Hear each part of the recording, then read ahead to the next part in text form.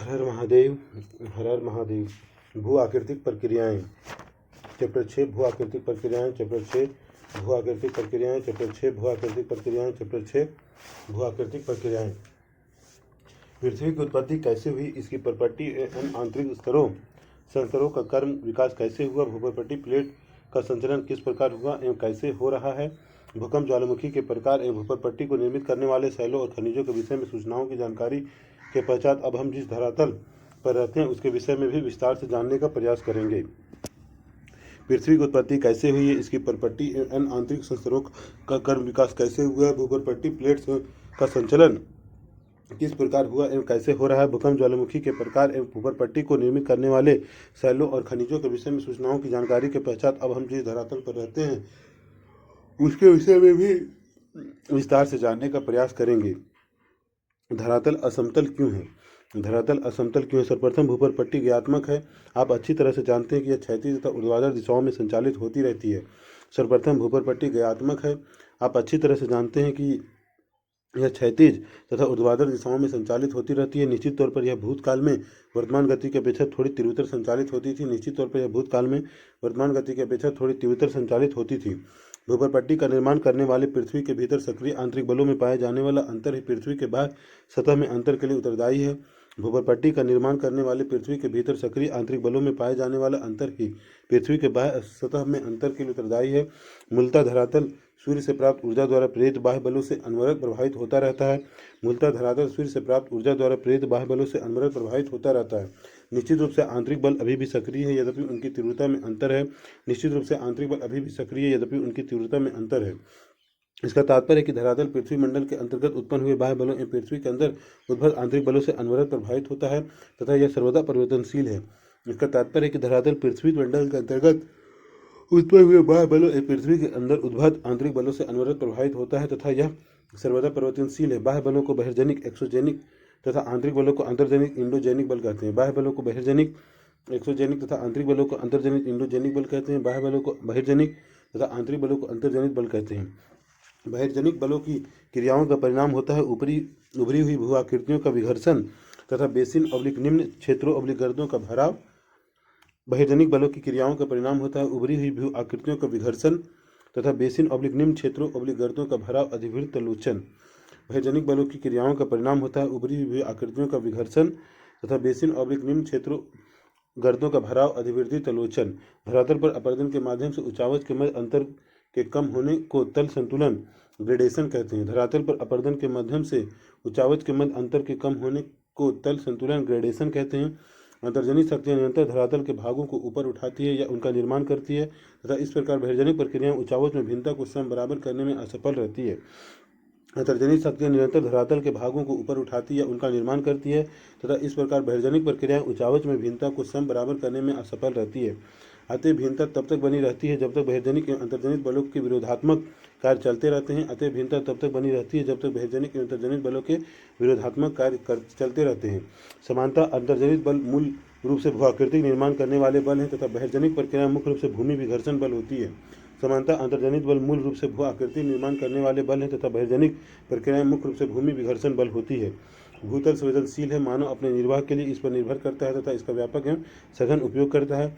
भूतल संवेदनशील है, मानव अपने निर्वाह के लिए इस पर निर्भर करता है तथा इसका व्यापक एवं सघन उपयोग करता है।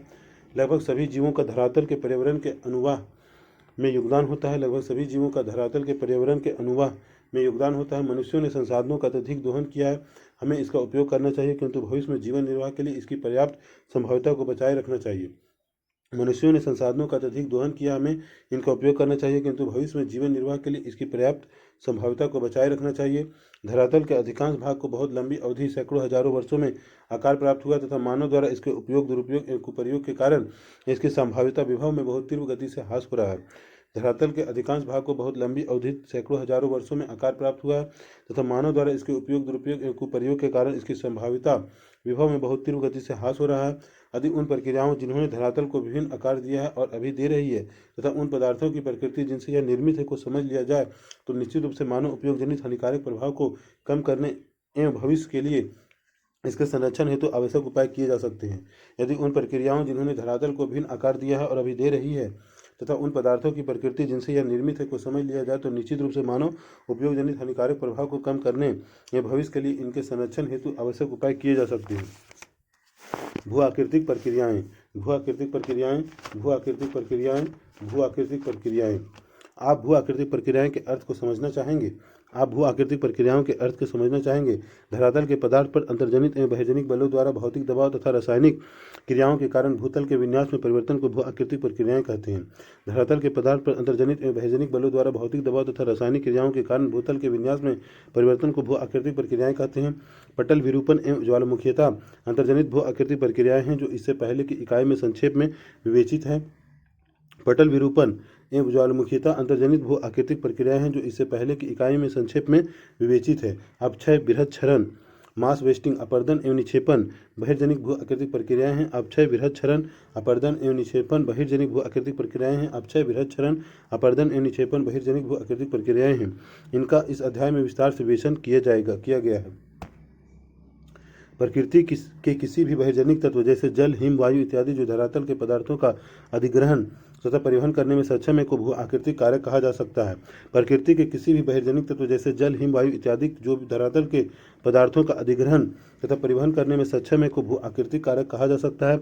जब प्रकृति के ये तत्व ढाल प्रवणता के कारण गतिशील हो जाते हैं तो पदार्थों को हटाकर ढाल के सहारे ले जाते हैं और निचले भागों में निक्षेपित कर देते हैं। जब प्रकृति के ये तत्व ढाल प्रवणता के कारण गतिशील हो जाते हैं तो पदार्थों को हटाकर ढाल के सहारे ले जाते हैं और निचले भागों में निक्षेपित कर देते हैं। भू आकृतिक प्रक्रियाएं तथा भू आकृतिक कारक विशेषकर बहिर्जनिक को यदि स्पष्ट रूप से अलग अलग ना कहा जाए तो इन्हें एक ही समझना होगा क्योंकि ये दोनों एक ही होते हैं। भू आकृतिक प्रक्रियाएं तथा भू आकृतिक कारक विशेषकर बहिर्जनिक को यदि स्पष्ट रूप से अलग अलग ना कहा जाए तो इन्हें एक ही समझना होगा क्योंकि ये दोनों एक ही होते हैं। एक प्रक्रिया एक बल होता है जो धरातल के पदार्थों के साथ अनुप्रयुक्त होने पर प्रभावी हो जाता है। एक प्रक्रिया एक बल होता है जो धरातल के पदार्थों के साथ अनुप्रयुक्त होने पर प्रभावी हो जाता है। एक कारक एक गतिशील माध्यम जैसे प्रवाहित जल, हिमानी हवा, लहरें एवं धाराएं इत्यादि है जो धरातल के पदार्थों को हटाता है, ले जाता है तथा निक्षेपित करता है। एक कारक एक गतिशील माध्यम जैसे प्रवाहित जल, हिमानी हवा, लहरें एवं धाराएं इत्यादि है जो धरातल के पदार्थों को हटाता, ले जाता तथा निक्षेपित करता है। इस प्रकार प्रवाहयुक्त जल, भूमिगत जल, हिमानी हवा, लहरों, धाराओं इत्यादि को भू आकृतिक कारक कहा जा सकता है। इस प्रकार प्रवाहयुक्त जल, भूमिगत जल, हिमानी हवा, लहरों, धाराओं इत्यादि को भू आकृतिक कारक कहा जा सकता है। क्या आप समझते हैं कि भू आकृतिक कारकों एवं भू आकृतिक प्रक्रियाओं में अंतर करना आवश्यक है? गुरुत्वाकर्षण ढाल के सहारे सभी गतिशील पदार्थों को सक्रिय बनाने वाली दिशात्मक बल होने के साथ साथ धरातल के पदार्थों पर दबाव डालता है। गुरुत्वाकर्षण ढाल के सहारे सभी गतिशील पदार्थों को सक्रिय बनाने वाली दिशात्मक बल होने के साथ साथ धरातल के पदार्थों पर दबाव डालता है। अप्रत्यक्ष गुरुत्वाकर्षण प्रतिबल लहरें एवं ज्वार भाटा जनित धाराओं को क्रियाशील बनाता है। अप्रत्यक्ष गुरुत्वाकर्षण प्रतिबल लहरें एवं ज्वार भाटा जनित धाराओं को क्रियाशील बनाता है। निसंदेह गुरुत्वाकर्षण एवं ढाल प्रवणता के अभाव में गतिशीलता संभव नहीं है, अतः अपर्दन, परिवहन एवं निक्षेपण भी नहीं होगा। निसंदेह गुरुत्वाकर्षण एवं ढाल प्रवणता के अभाव में गतिशीलता संभव नहीं है, अतः अपर्दन, परिवहन एवं निक्षेपण भी नहीं होगा। गुरुत्वाकर्षण एक ऐसा बल है जिसके माध्यम से हम धरातल से संपर्क में रहते हैं। गुरुत्वाकर्षण एक ऐसा बल है जिसके माध्यम से हम धरातल में संपर्क में रहते हैं। यह वह बल है जो भूतल के सभी पदार्थों के संचलन को प्रारंभ करता है। यह वह बल है जो भूतल के सभी पदार्थों के संचलन को प्रारंभ करता है। सभी संचलन चाहे वे पृथ्वी के अंदर हो या सतह पर प्रवणता के कारण ही घटित होता है, जैसे ऊंचे स्तर से नीचे स्तर की ओर तथा उच्च वायुदाब से क्षेत्र से निम्न वायुदाब क्षेत्र की ओर। सभी संचलन चाहे वे पृथ्वी के अंदर हो या सतह पर प्रवणता के कारण ही घटित होता है, जैसे ऊंचे स्तर से नीचे स्तर की ओर तथा उच्च वायुदाब क्षेत्र से निम्न वायुदाब क्षेत्र की ओर। अंतर्जनित प्रक्रियाएं। अंतर्जनित प्रक्रियाएं। अंतर्जनित प्रक्रियाएं। अंतर्जनित प्रक्रियाएं। पृथ्वी के अंदर से निकलने वाली ऊर्जा भू आकृतिक प्रक्रियाओं के लिए प्रमुख बल स्रोत होती है। पृथ्वी के अंदर से निकलने वाली ऊर्जा भू आकृतिक प्रक्रियाओं के लिए प्रमुख बल स्रोत होती है। पृथ्वी के अंदर की ऊर्जा अधिकांशतः रेडियोधर्मी क्रियाओं, घूर्णन एवं ज्वारीय घर्षण तथा पृथ्वी की उत्पत्ति से जुड़ी ऊष्मा द्वारा उत्पन्न होती है। पृथ्वी के अंदर की ऊर्जा अधिकांशतः रेडियोधर्मी क्रियाओं, घूर्णन एवं ज्वारीय घर्षण तथा पृथ्वी की उत्पत्ति से जुड़ी ऊष्मा के द्वारा उत्पन्न होती है। भूतापीय प्रवणता एवं अंदर से निकले ऊष्मा प्रवाह से प्राप्त ऊर्जा पटल विरूपण एवं ज्वालामुखीयता को प्रेरित करती है। भूतापीय प्रवणता एवं अंदर से निकले ऊष्मा प्रवाह से प्राप्त ऊर्जा पटल विरूपण एवं ज्वालामुखीयता को प्रेरित करती है। भूतापीय प्रवणता एवं अंदर के ऊष्मा प्रवाह भूपरपट्टी की मोटाई एवं दृढ़ता में अंतर के कारण अंतर्जनित बलों के कार्य समान नहीं होते हैं। भूतापीय प्रवणता एवं अंदर के ऊष्मा प्रवाह भूपरपट्टी की मोटाई एवं दृढ़ता में अंतर के कारण अंतर्जनित बलों के कार्य समान नहीं होते हैं। अतः विवर्तनिकी द्वारा नियंत्रित मूल भूपरपट्टी की सतह असमतल होती है। अतः विवर्तनिकी द्वारा नियंत्रित मूल भूपरपट्टी की सतह असमतल होती है। पटल विरूपण। पटल विरूपण। पटल विरूपण। पटल विरूपण। सभी प्रक्रियाएं जो भूपर को संचालित, उत्पादित तथा निर्मित करती है पटल विरूपण के अंतर्गत आती है। इन्हें निम्नलिखित सम्मिलित है। सभी प्रक्रियाएं जो भूपर को संचालित, उत्थापित तथा निर्मित करती है पटल विरूपण के अंतर्गत आती है। इनमें निम्नलिखित सम्मिलित है। तीक्ष्ण वलयन के माध्यम से पर्वत निर्माण तथा भूपर की लंबी एवं संकीर्ण पट्टियों को प्रभावित करने वाली परिवर्तनीय प्रक्रियाएं। तीक्ष्ण वलयन के माध्यम से पर्वत निर्माण तथा भूपर की लंबी एवं संकीर्ण पट्टियों को प्रभावित करने वाली परिवर्तनीय प्रक्रियाएं। दूसरा, धरातल के बड़े भाग के उत्थापन या विकृति में संलग्न महाद्वीप रचना संबंधी प्रक्रियाएं। दूसरा, धरातल के बड़े भाग के उत्थापन या विकृति में संलग्न महाद्वीप रचना संबंधी प्रक्रियाएं। तीसरा, अपेक्षाकृत छोटे स्थानीय संचलन के कारण उत्पन्न भूकंप। तीसरा, अपेक्षाकृत छोटे स्थानीय संचलन के कारण उत्पन्न भूकंप। चौथा, पर्वतीय प्लेट के क्षैतिज संचलन करने में प्लेट विवर्तनिकी की भूमिका। चौथा, पर्वतीय प्लेट के क्षैतिज संचलन करने में प्लेट विवर्तनिकी की भूमिका। प्लेट विवर्तनिकी अवलिक परिवर्तन की प्रक्रिया में भूपर वलयन के रूप में तीक्ष्णता से विकृत हो जाती है। प्लेट विवर्तनिकी अवलिक परिवर्तन की प्रक्रिया में भूपर वलयन के रूप में तीक्ष्णता से विकृत हो जाती है। महाद्वीपीय रचना के कारण साधारण विकृति हो सकती है। महाद्वीपीय रचना के कारण साधारण विकृति हो सकती है।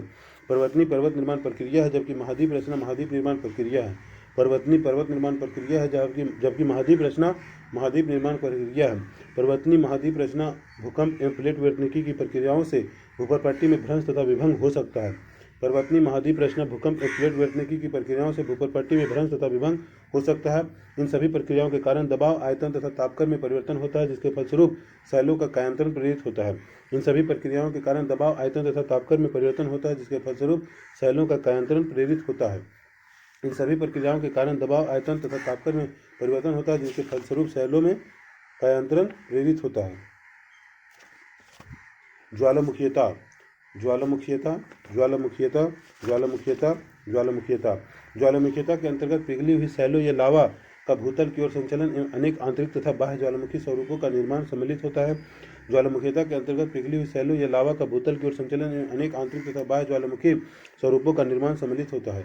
इस पुस्तक की द्वितीय इकाई के ज्वालामुखी शीर्षक एवं पिछले अध्याय के आग्नेय शैलों शीर्षक के अंतर्गत ज्वालामुखीयता के बहुत से पक्षों का विस्तृत विवरण दिया जा चुका है। ज्वालामुखीयता एवं ज्वालामुखी शब्दों में भेद कीजिए। ज्वालामुखीयता एवं ज्वालामुखी शब्दों में भेद कीजिए।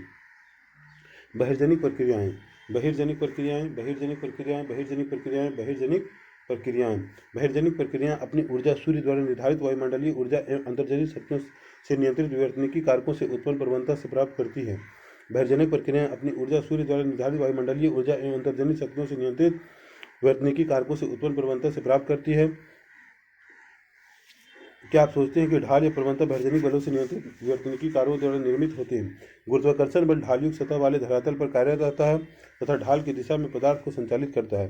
गुरुत्वाकर्षण बल ढालयुक्त सतह वाले धरातल पर कार्यरत रहता है तथा ढाल की दिशा में पदार्थ को संचालित करता है। प्रति इकाई क्षेत्र पर अनुप्रयुक्त बल को प्रतिबल कहते हैं। प्रति इकाई क्षेत्र पर अनुप्रयुक्त बल को प्रतिबल कहते हैं। प्रति इकाई क्षेत्र पर अनुप्रयुक्त बल को प्रतिबल कहते हैं। ठोस पदार्थ में प्रतिबल धक्का या खिंचाव से उत्पन्न होता है, इससे विकृति प्रेरित होती है। ठोस पदार्थ में प्रतिबल धक्का एवं खिंचाव से उत्पन्न होता है, इससे विकृति प्रेरित होती है। धरातल के पदार्थ के सहारे सक्रिय बल, अपरूपण, प्रतिबल, विलगकारी बल होते हैं। पदार्थ के सहारे सक्रिय बल, अपरूपण, प्रतिबल, विलगकारी बल होते हैं। यही प्रतिबल शैलों एवं धरातल के पदार्थों को तोड़ता है। यही प्रतिबल शैलों एवं धरातल के पदार्थों को तोड़ता है। अपरूपण प्रतिबल का परिणाम कोणीय विस्थापन या विसर्पण, फिसलन होता है। अपरूपण प्रतिबल का परिणाम कोणीय विस्थापन या विसर्पण अब्लिक फिसलन होता है।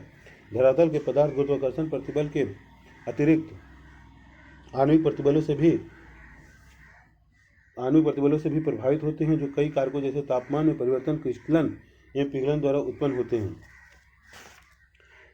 धरातल के पदार्थ गुरुत्वाकर्षण प्रतिबल के अतिरिक्त आणविक प्रतिबलों से भी प्रभावित होते हैं, जो कई कारकों जैसे तापमान में परिवर्तन, क्रिस्टलन एवं पिघलन द्वारा उत्पन्न होते हैं। रासायनिक प्रक्रियाएं समानतः कणों के बीच के बंधन को ढीला करते हैं तथा विलेय पदार्थों को घुला देते हैं। रासायनिक प्रक्रियाएं समानतः कणों के बीच के बंधन को ढीला करते हैं तथा विलेय पदार्थों को घुला देते हैं। इस प्रकार धरातल के पदार्थ के पिंड में प्रतिबल का विकास अपक्षय, विरहत, क्षरण, संचलन, अपर्दन एवं निक्षेपण का मूल कारण है। इस प्रकार धरातल के पदार्थों के पिंड में प्रतिबल का विकास अपक्षय, विरहत, क्षरण, संचलन, अपर्दन एवं निक्षेपण का मूल कारण है।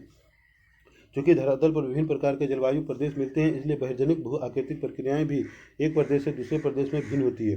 चूँकि धरातल पर विभिन्न प्रकार के जलवायु प्रदेश मिलते हैं, इसलिए बहिर्जनिक भू आकृतिक प्रक्रियाएं भी एक प्रदेश से दूसरे प्रदेश में भिन्न होती है।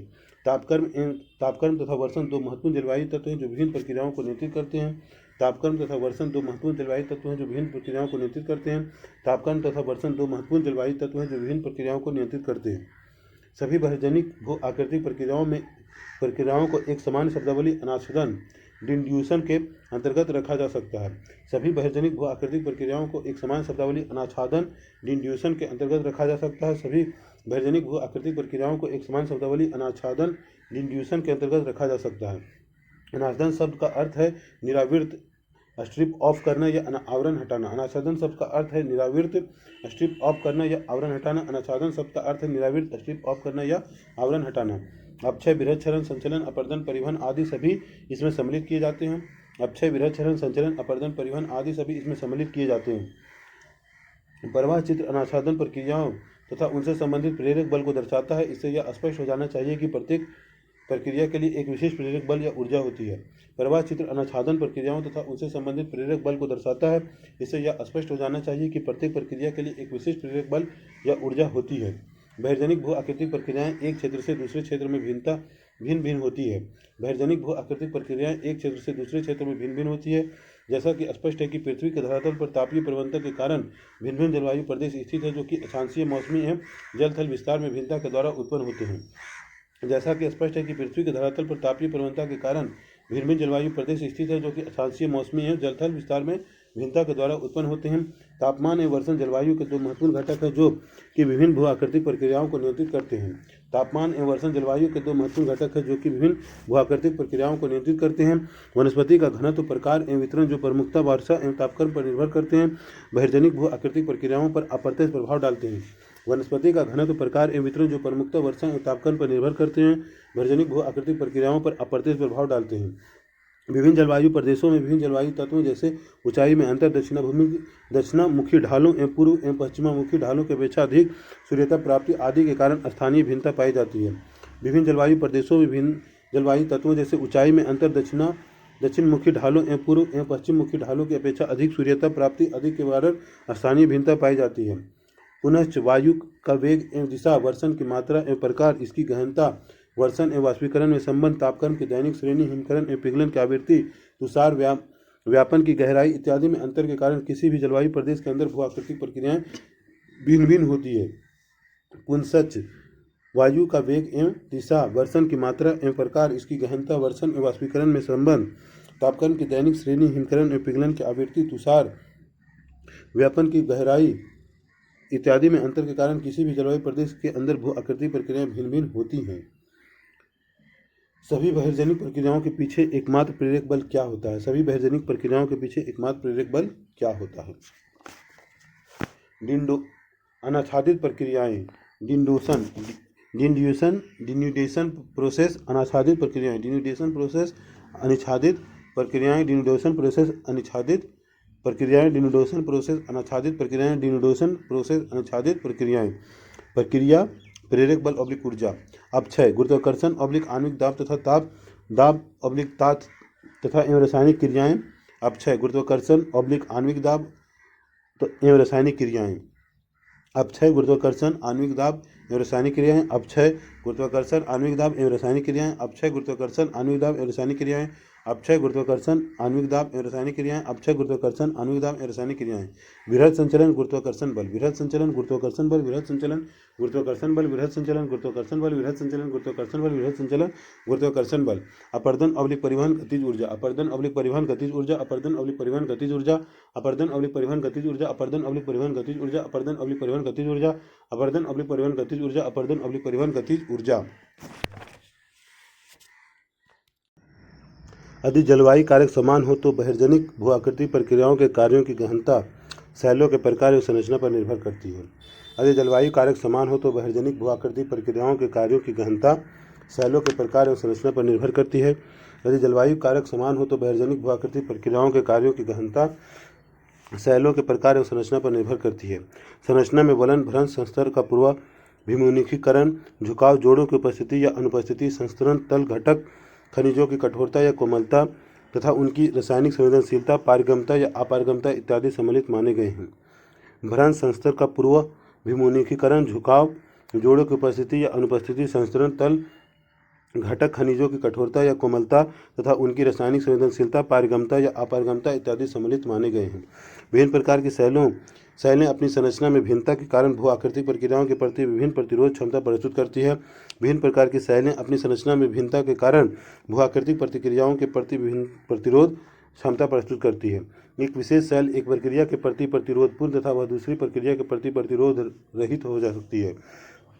एक विशेष सेल एक प्रक्रिया के प्रति प्रतिरोधपूर्ण तथा वही दूसरी प्रक्रिया के प्रति प्रतिरोध रहित हो सकती है। विभिन्न जलवायु दशाओं में एक विशेष प्रकार की सेलें भू-आकृतिक प्रक्रियाओं के प्रति भिन्न भिन्न अंशों का प्रतिरोध प्रस्तुत कर सकती है।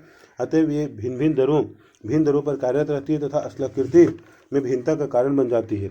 विभिन्न जलवायु दशाओं में एक विशेष प्रकार की सेलें भू-आकृतिक प्रतिक्रियाओं के प्रति भिन्न भिन्न अंशों का प्रतिरोध प्रस्तुत कर सकती है।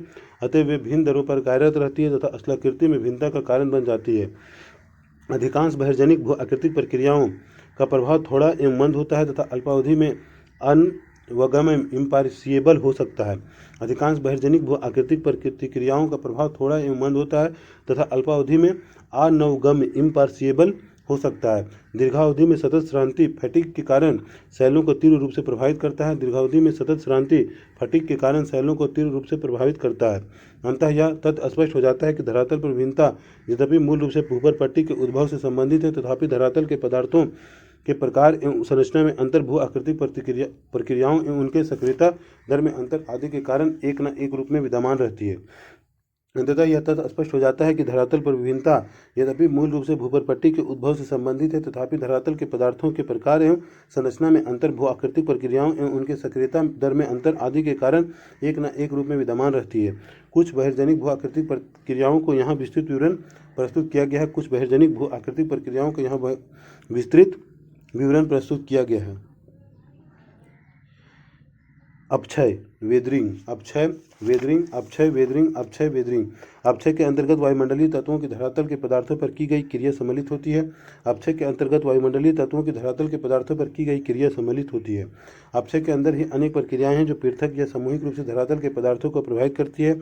अपक्षय के अंदर ही अनेक प्रक्रियाएं हैं जो पृथक या सामूहिक रूप से धरातल के पदार्थों को प्रभावित करती है। अपक्षय को मौसम में जलवायु के कार्यों के माध्यम से सेलों के यांत्रिक विखंडन एवं रासायनिक वियोजन अपघटन के रूप में परिभाषित किया जा सकता है। अपक्षय को मौसम में जलवायु के कार्यों के माध्यम से सेलों के यांत्रिक विखंडन एवं रासायनिक वियोजन अपघटन के रूप में परिभाषित किया जा सकता है। चूँकि अपक्षय में पदार्थों का बहुत थोड़ा अथवा नगण्य संचलन होता है, यह एक स्वस्थानीय या तटस्थ वन साइड प्रक्रिया है। क्योंकि अपक्षय में पदार्थों का बहुत थोड़ा अथवा नगण्य संचलन होता है, यह एक स्वस्थानीय इन सिटू या तटस्थन वन साइड प्रक्रिया है।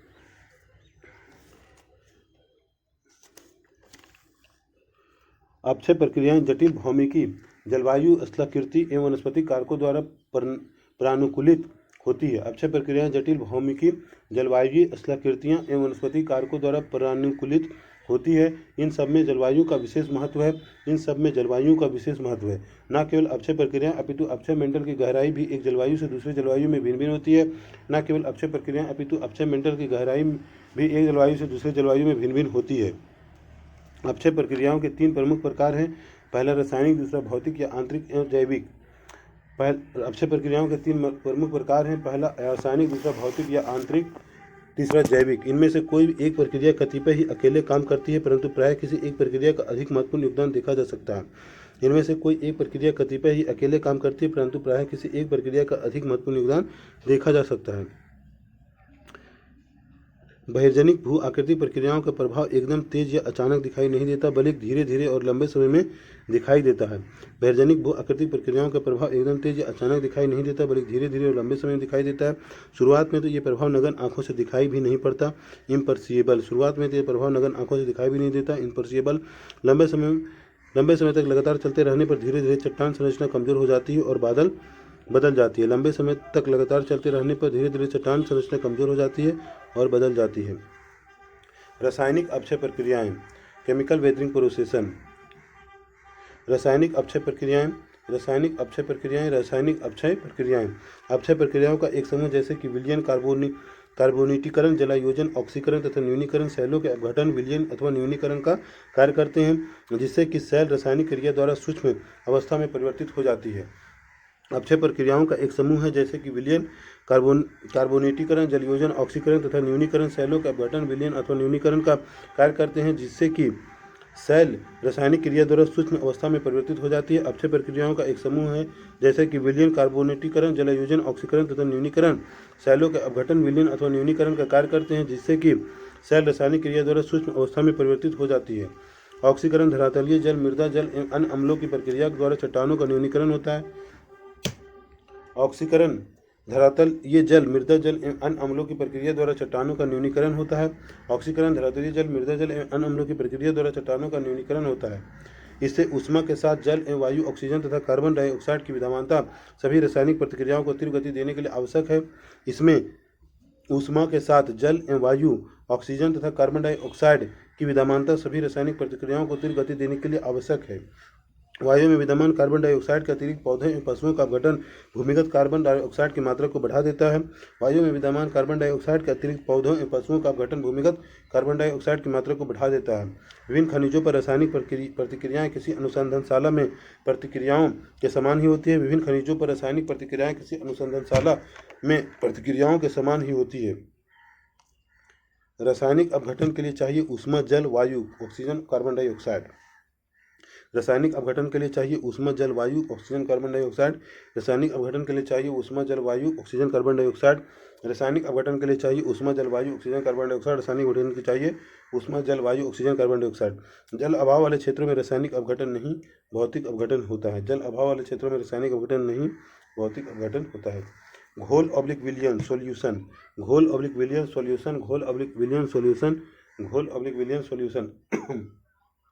जब कोई वस्तु जल या अम्ल में घुल जाती है तो घुली तत्वों के जल या अम्ल को घोल कहते हैं। जब कोई वस्तु जल या अम्ल में घुल जाती है तो घुली तत्वों के जल या अम्ल को घोल कहते हैं। इस प्रक्रिया में ठोस पदार्थों का घोल में मिलना सम्मिलित होता है, जो जल या कम अम्ल में खनिज की विलेयता पर निर्भर करता है। इस प्रक्रिया में ठोस पदार्थों का घोल में मिलना सम्मिलित होता है, जो जल या कम अम्ल में खनिज की विलेयता पर निर्भर करता है। जल से संपर्क में आने पर अनेक ठोस पदार्थ विघटित हो जाते हैं एवं जल में निलंबन के रूप में मिश्रित हो जाते हैं। जल से संपर्क में आने पर अनेक ठोस पदार्थ विघटित हो जाते हैं एवं जल में निलंबन के रूप में मिश्रित हो जाते हैं। घुलनशील सेल निर्माण करने वाले नाइट्रेट, सल्फेट एवं पोटेशियम जैसे खनिज इस प्रक्रिया से प्रभावित होते हैं। घुलनशील सेल निर्माण करने वाले नाइट्रेट, सल्फेट एवं पोटेशियम जैसे खनिज इस प्रक्रिया से प्रभावित होते हैं। अतः यह खनिज अधिक वर्षा की जलवायु में बिना कोई अवशिष्ट छोड़े सुगमता से निक्षालित हो जाते हैं और शुष्क प्रदेशों में वर्षा के कारण एकत्रित हो जाते हैं। अतः यह खनिज वर्षा की जलवायु में बिना कोई अवशिष्ट छोड़े सुगमता से निक्षालित लिस्ट हो जाते हैं और शुष्क प्रदेशों में वर्षा कमी के कारण एकत्रित हो जाते हैं। चूना पत्थर में विद्यमान calcium carbonate, calcium magnesium bicarbonate जैसे खनिज कार्बोनिक एसिड से युक्त जल, जो जल में कार्बन डाइऑक्साइड मिलने से बनता है, में घुलनशील होते हैं तथा जल में एक घोल के रूप में प्रवाहित होते हैं। चूना पत्थर में विद्यमान calcium carbonate, calcium magnesium bicarbonate जैसे खनिज कार्बोनिक एसिड से युक्त जल, जो जल में कार्बन डाइऑक्साइड मिलने से बनता है, में घुलनशील होते हैं तथा जल में एक घोल के रूप में प्रवाहित होते हैं। क्षयोन्मुख जैव पदार्थों द्वारा जनित कार्बन डाइऑक्साइड मृदा जल के साथ मिलकर इस प्रक्रिया में बहुत सहायक होता है। क्षयोन्मुख जैव पदार्थों द्वारा जनित कार्बन डाइऑक्साइड मृदा जल के साथ मिलकर इस प्रक्रिया में बहुत सहायक होता है। साधारण लवण सोडियम क्लोराइड भी एक सेल निर्माण करने वाला खनिज है जो कि घुलनशील है। साधारण लवण सोडियम क्लोराइड भी एक सेल निर्माण करने वाला खनिज है जो कि घुलनशील है। घुलनशील सेल बना होता है nitrate, sulphate, potassium, CaCO3, CaMgOC3, NaCl। घुलनशील सेल बना होता है nitrate, sulphate, potassium, CaCO3, CaMgOCO3, NaCl। घुलनशील सेल बना होता है nitrate, sulphate, potassium, CaCO3, CaMgOCO3, NaCl। घुलनशील सेल बना होता है nitrate, sulphate, potassium, CaCO3, CaMgCO3, NaCl। वायुमंडल जल, मृदा जल, CO2। Carbonation, carbonation, carbonation, carbonation, carbonation, carbonation. Carbonate एवं बाइकार्बोनेट की खनिजों से प्रतिक्रिया का प्रतिफल कार्बोनेशन कहलाता है। कार्बोनेट एवं बाइकार्बोनेट की खनिजों से प्रतिक्रिया का प्रतिफल कार्बोनेशन कहलाता है। कार्बोनेट एवं बाइकार्बोनेट की खनिजों से प्रतिक्रिया का प्रतिफल कार्बोनेशन कहलाता है। यह फेल्सपार तथा कार्बोनेट खनिज को पृथक करने में एक आम सहायक प्रक्रिया है। यह फेल्सपार तथा कार्बोनेट खनिज को पृथक करने में एक आम सहायक प्रक्रिया है। जल द्वारा वायुमंडल एवं मृदा वायु से कार्बन डाइऑक्साइड अवशोषित की जाती है। जल द्वारा वायुमंडल एवं मृदा वायु से कार्बन डाइऑक्साइड अवशोषित की जाती है। इससे कार्बोनिक अम्ल का निर्माण होता है जो कि एक कम सक्रिय अम्ल के रूप में कार्य करता है। इससे कार्बोनिक अम्ल का निर्माण होता है जो कि एक कम सक्रिय अम्ल के रूप में कार्य करता है। कैल्शियम कार्बोनेट एवं मैग्नीशियम कार्बोनेट कार्बोनिक एसिड में घुल जाते हैं तथा कोई अवशेष नहीं छोड़ते। इसके परिणामस्वरूप भूमिगत गुफाओं का निर्माण होता है। कैल्शियम कार्बोनेट एवं मैग्नीशियम कार्बोनेट कार्बोनिक एसिड में घुल जाते हैं तथा कोई अवशेष नहीं छोड़ते। इसके परिणामस्वरूप भूमिगत गुफाओं का निर्माण होता है। चट्टान में चूना पत्थर कार्बोनिक अम्ल चूना पत्थर गायब गया, चूना पत्थर गल गया, चट्टान के भीतर खाली जगह दरारें, भूमिगत गुफा बन गया। जलायोजन हाइड्रेशन, जलयोजन हाइड्रेशन, जलयोजन हाइड्रेशन, जलयोजन हाइड्रेशन, जलयोजन हाइड्रेशन, जलयोजन हाइड्रेशन। जलयोजन जल का रासायनिक योग है। खनिज स्वयं जल धारण करके विस्तारित हो जाते हैं। यह विस्तार पदार्थ के आयतन अथवा सेल में वृद्धि का कारण बनते हैं। जलयोजन जल का रासायनिक योग है। खनिज स्वयं जल धारण करके विस्तारित हो जाते हैं। यह विस्तार पदार्थ के आयतन अथवा सेल में वृद्धि का कारण बनते हैं। कैल्शियम सल्फेट जल मिलने के बाद जिप्सम में परिवर्तित हो जाता है जो कैल्शियम सल्फेट की अपेक्षा अधिक अस्थायी होता है। कैल्शियम सल्फेट जल में मिलने के बाद जिप्सम में परिवर्तित हो जाता है जो कैल्शियम सल्फेट की अपेक्षा अधिक अस्थायी होता है। यह प्रतिक्रिया उत्क्रमणीय एवं लंबी होती है तथा इसके सतत पुनरावृत्ति से सेलों में श्रांति हो जाती है जिसके फलस्वरूप उनमें विघटन हो सकता है। यह प्रतिक्रिया उत्क्रमणीय एवं लंबी होती है तथा इसके सतत पुनरावृत्ति से सेलों में श्रांति हो जाती है जिसके फलस्वरूप उनमें विघटन हो सकता है। अनेक कले खनिज शुष्क एवं आर्द्र होने की प्रक्रिया में फूलते एवं संकुचित होते हैं तथा इस प्रक्रिया की पुनरावृत्ति ऊपरी साई पदार्थों में दरार का कारण बनती है। अनेक कले खनिज शुष्क एवं आर्द्र होने की प्रक्रिया में फूलते एवं संकुचित होते हैं तथा इस प्रक्रिया की पुनरावृत्ति ऊपरी साई पदार्थों में दरार का कारण बनती है। रंध्र क्षेत्र में समाहित लवण तीव्र एवं बार बार जलयोजन से प्रभावित होकर सेल विभंग में सहायक होता है। रंध्र क्षेत्र में समाहित लवण तीव्र एवं बार बार जलयोजन से प्रभावित होकर सेल विभंग में सहायक होता है। जलयोजन के कारण खनिजों के आयतन में परिवर्तन अपसल्कन एक्सफोलिएशन एवं कणीय विघटन द्वारा भौतिक अपक्षय में भी सहायता प्रदान करता है। जलयोजन के कारण खनिजों के आयतन में परिवर्तन अपसल्कन एक्सफोलिएशन एवं कणीय विघटन द्वारा भौतिक अपक्षय में भी सहायता प्रदान करता है। चित्र 6.3 आंध्र प्रदेश में भंगीर भुवनगिरी के समीप ग्रेनाइट सेल का वृहद अपसल्कन गुंबद। चित्र 6.3 आंध्र प्रदेश में भंगीर भुवनागिरी के समीप ग्रेनाइट सेल में वृहद अपसल्कन गुंबद। चित्र 6.3 आंध्र प्रदेश में भंगीर भुवनागिरी के समीप ग्रेनाइट सेल में वृहद अपसल्कन गुंबद। ऑक्सीकरण एवं न्यूनीकरण, ऑक्सीकरण एवं न्यूनीकरण, ऑक्सीडेशन एवं रिडक्शन, ऑक्सीकरण एवं न्यूनीकरण, ऑक्सीकरण एवं न्यूनीकरण, ऑक्सीकरण एवं न्यूनीकरण।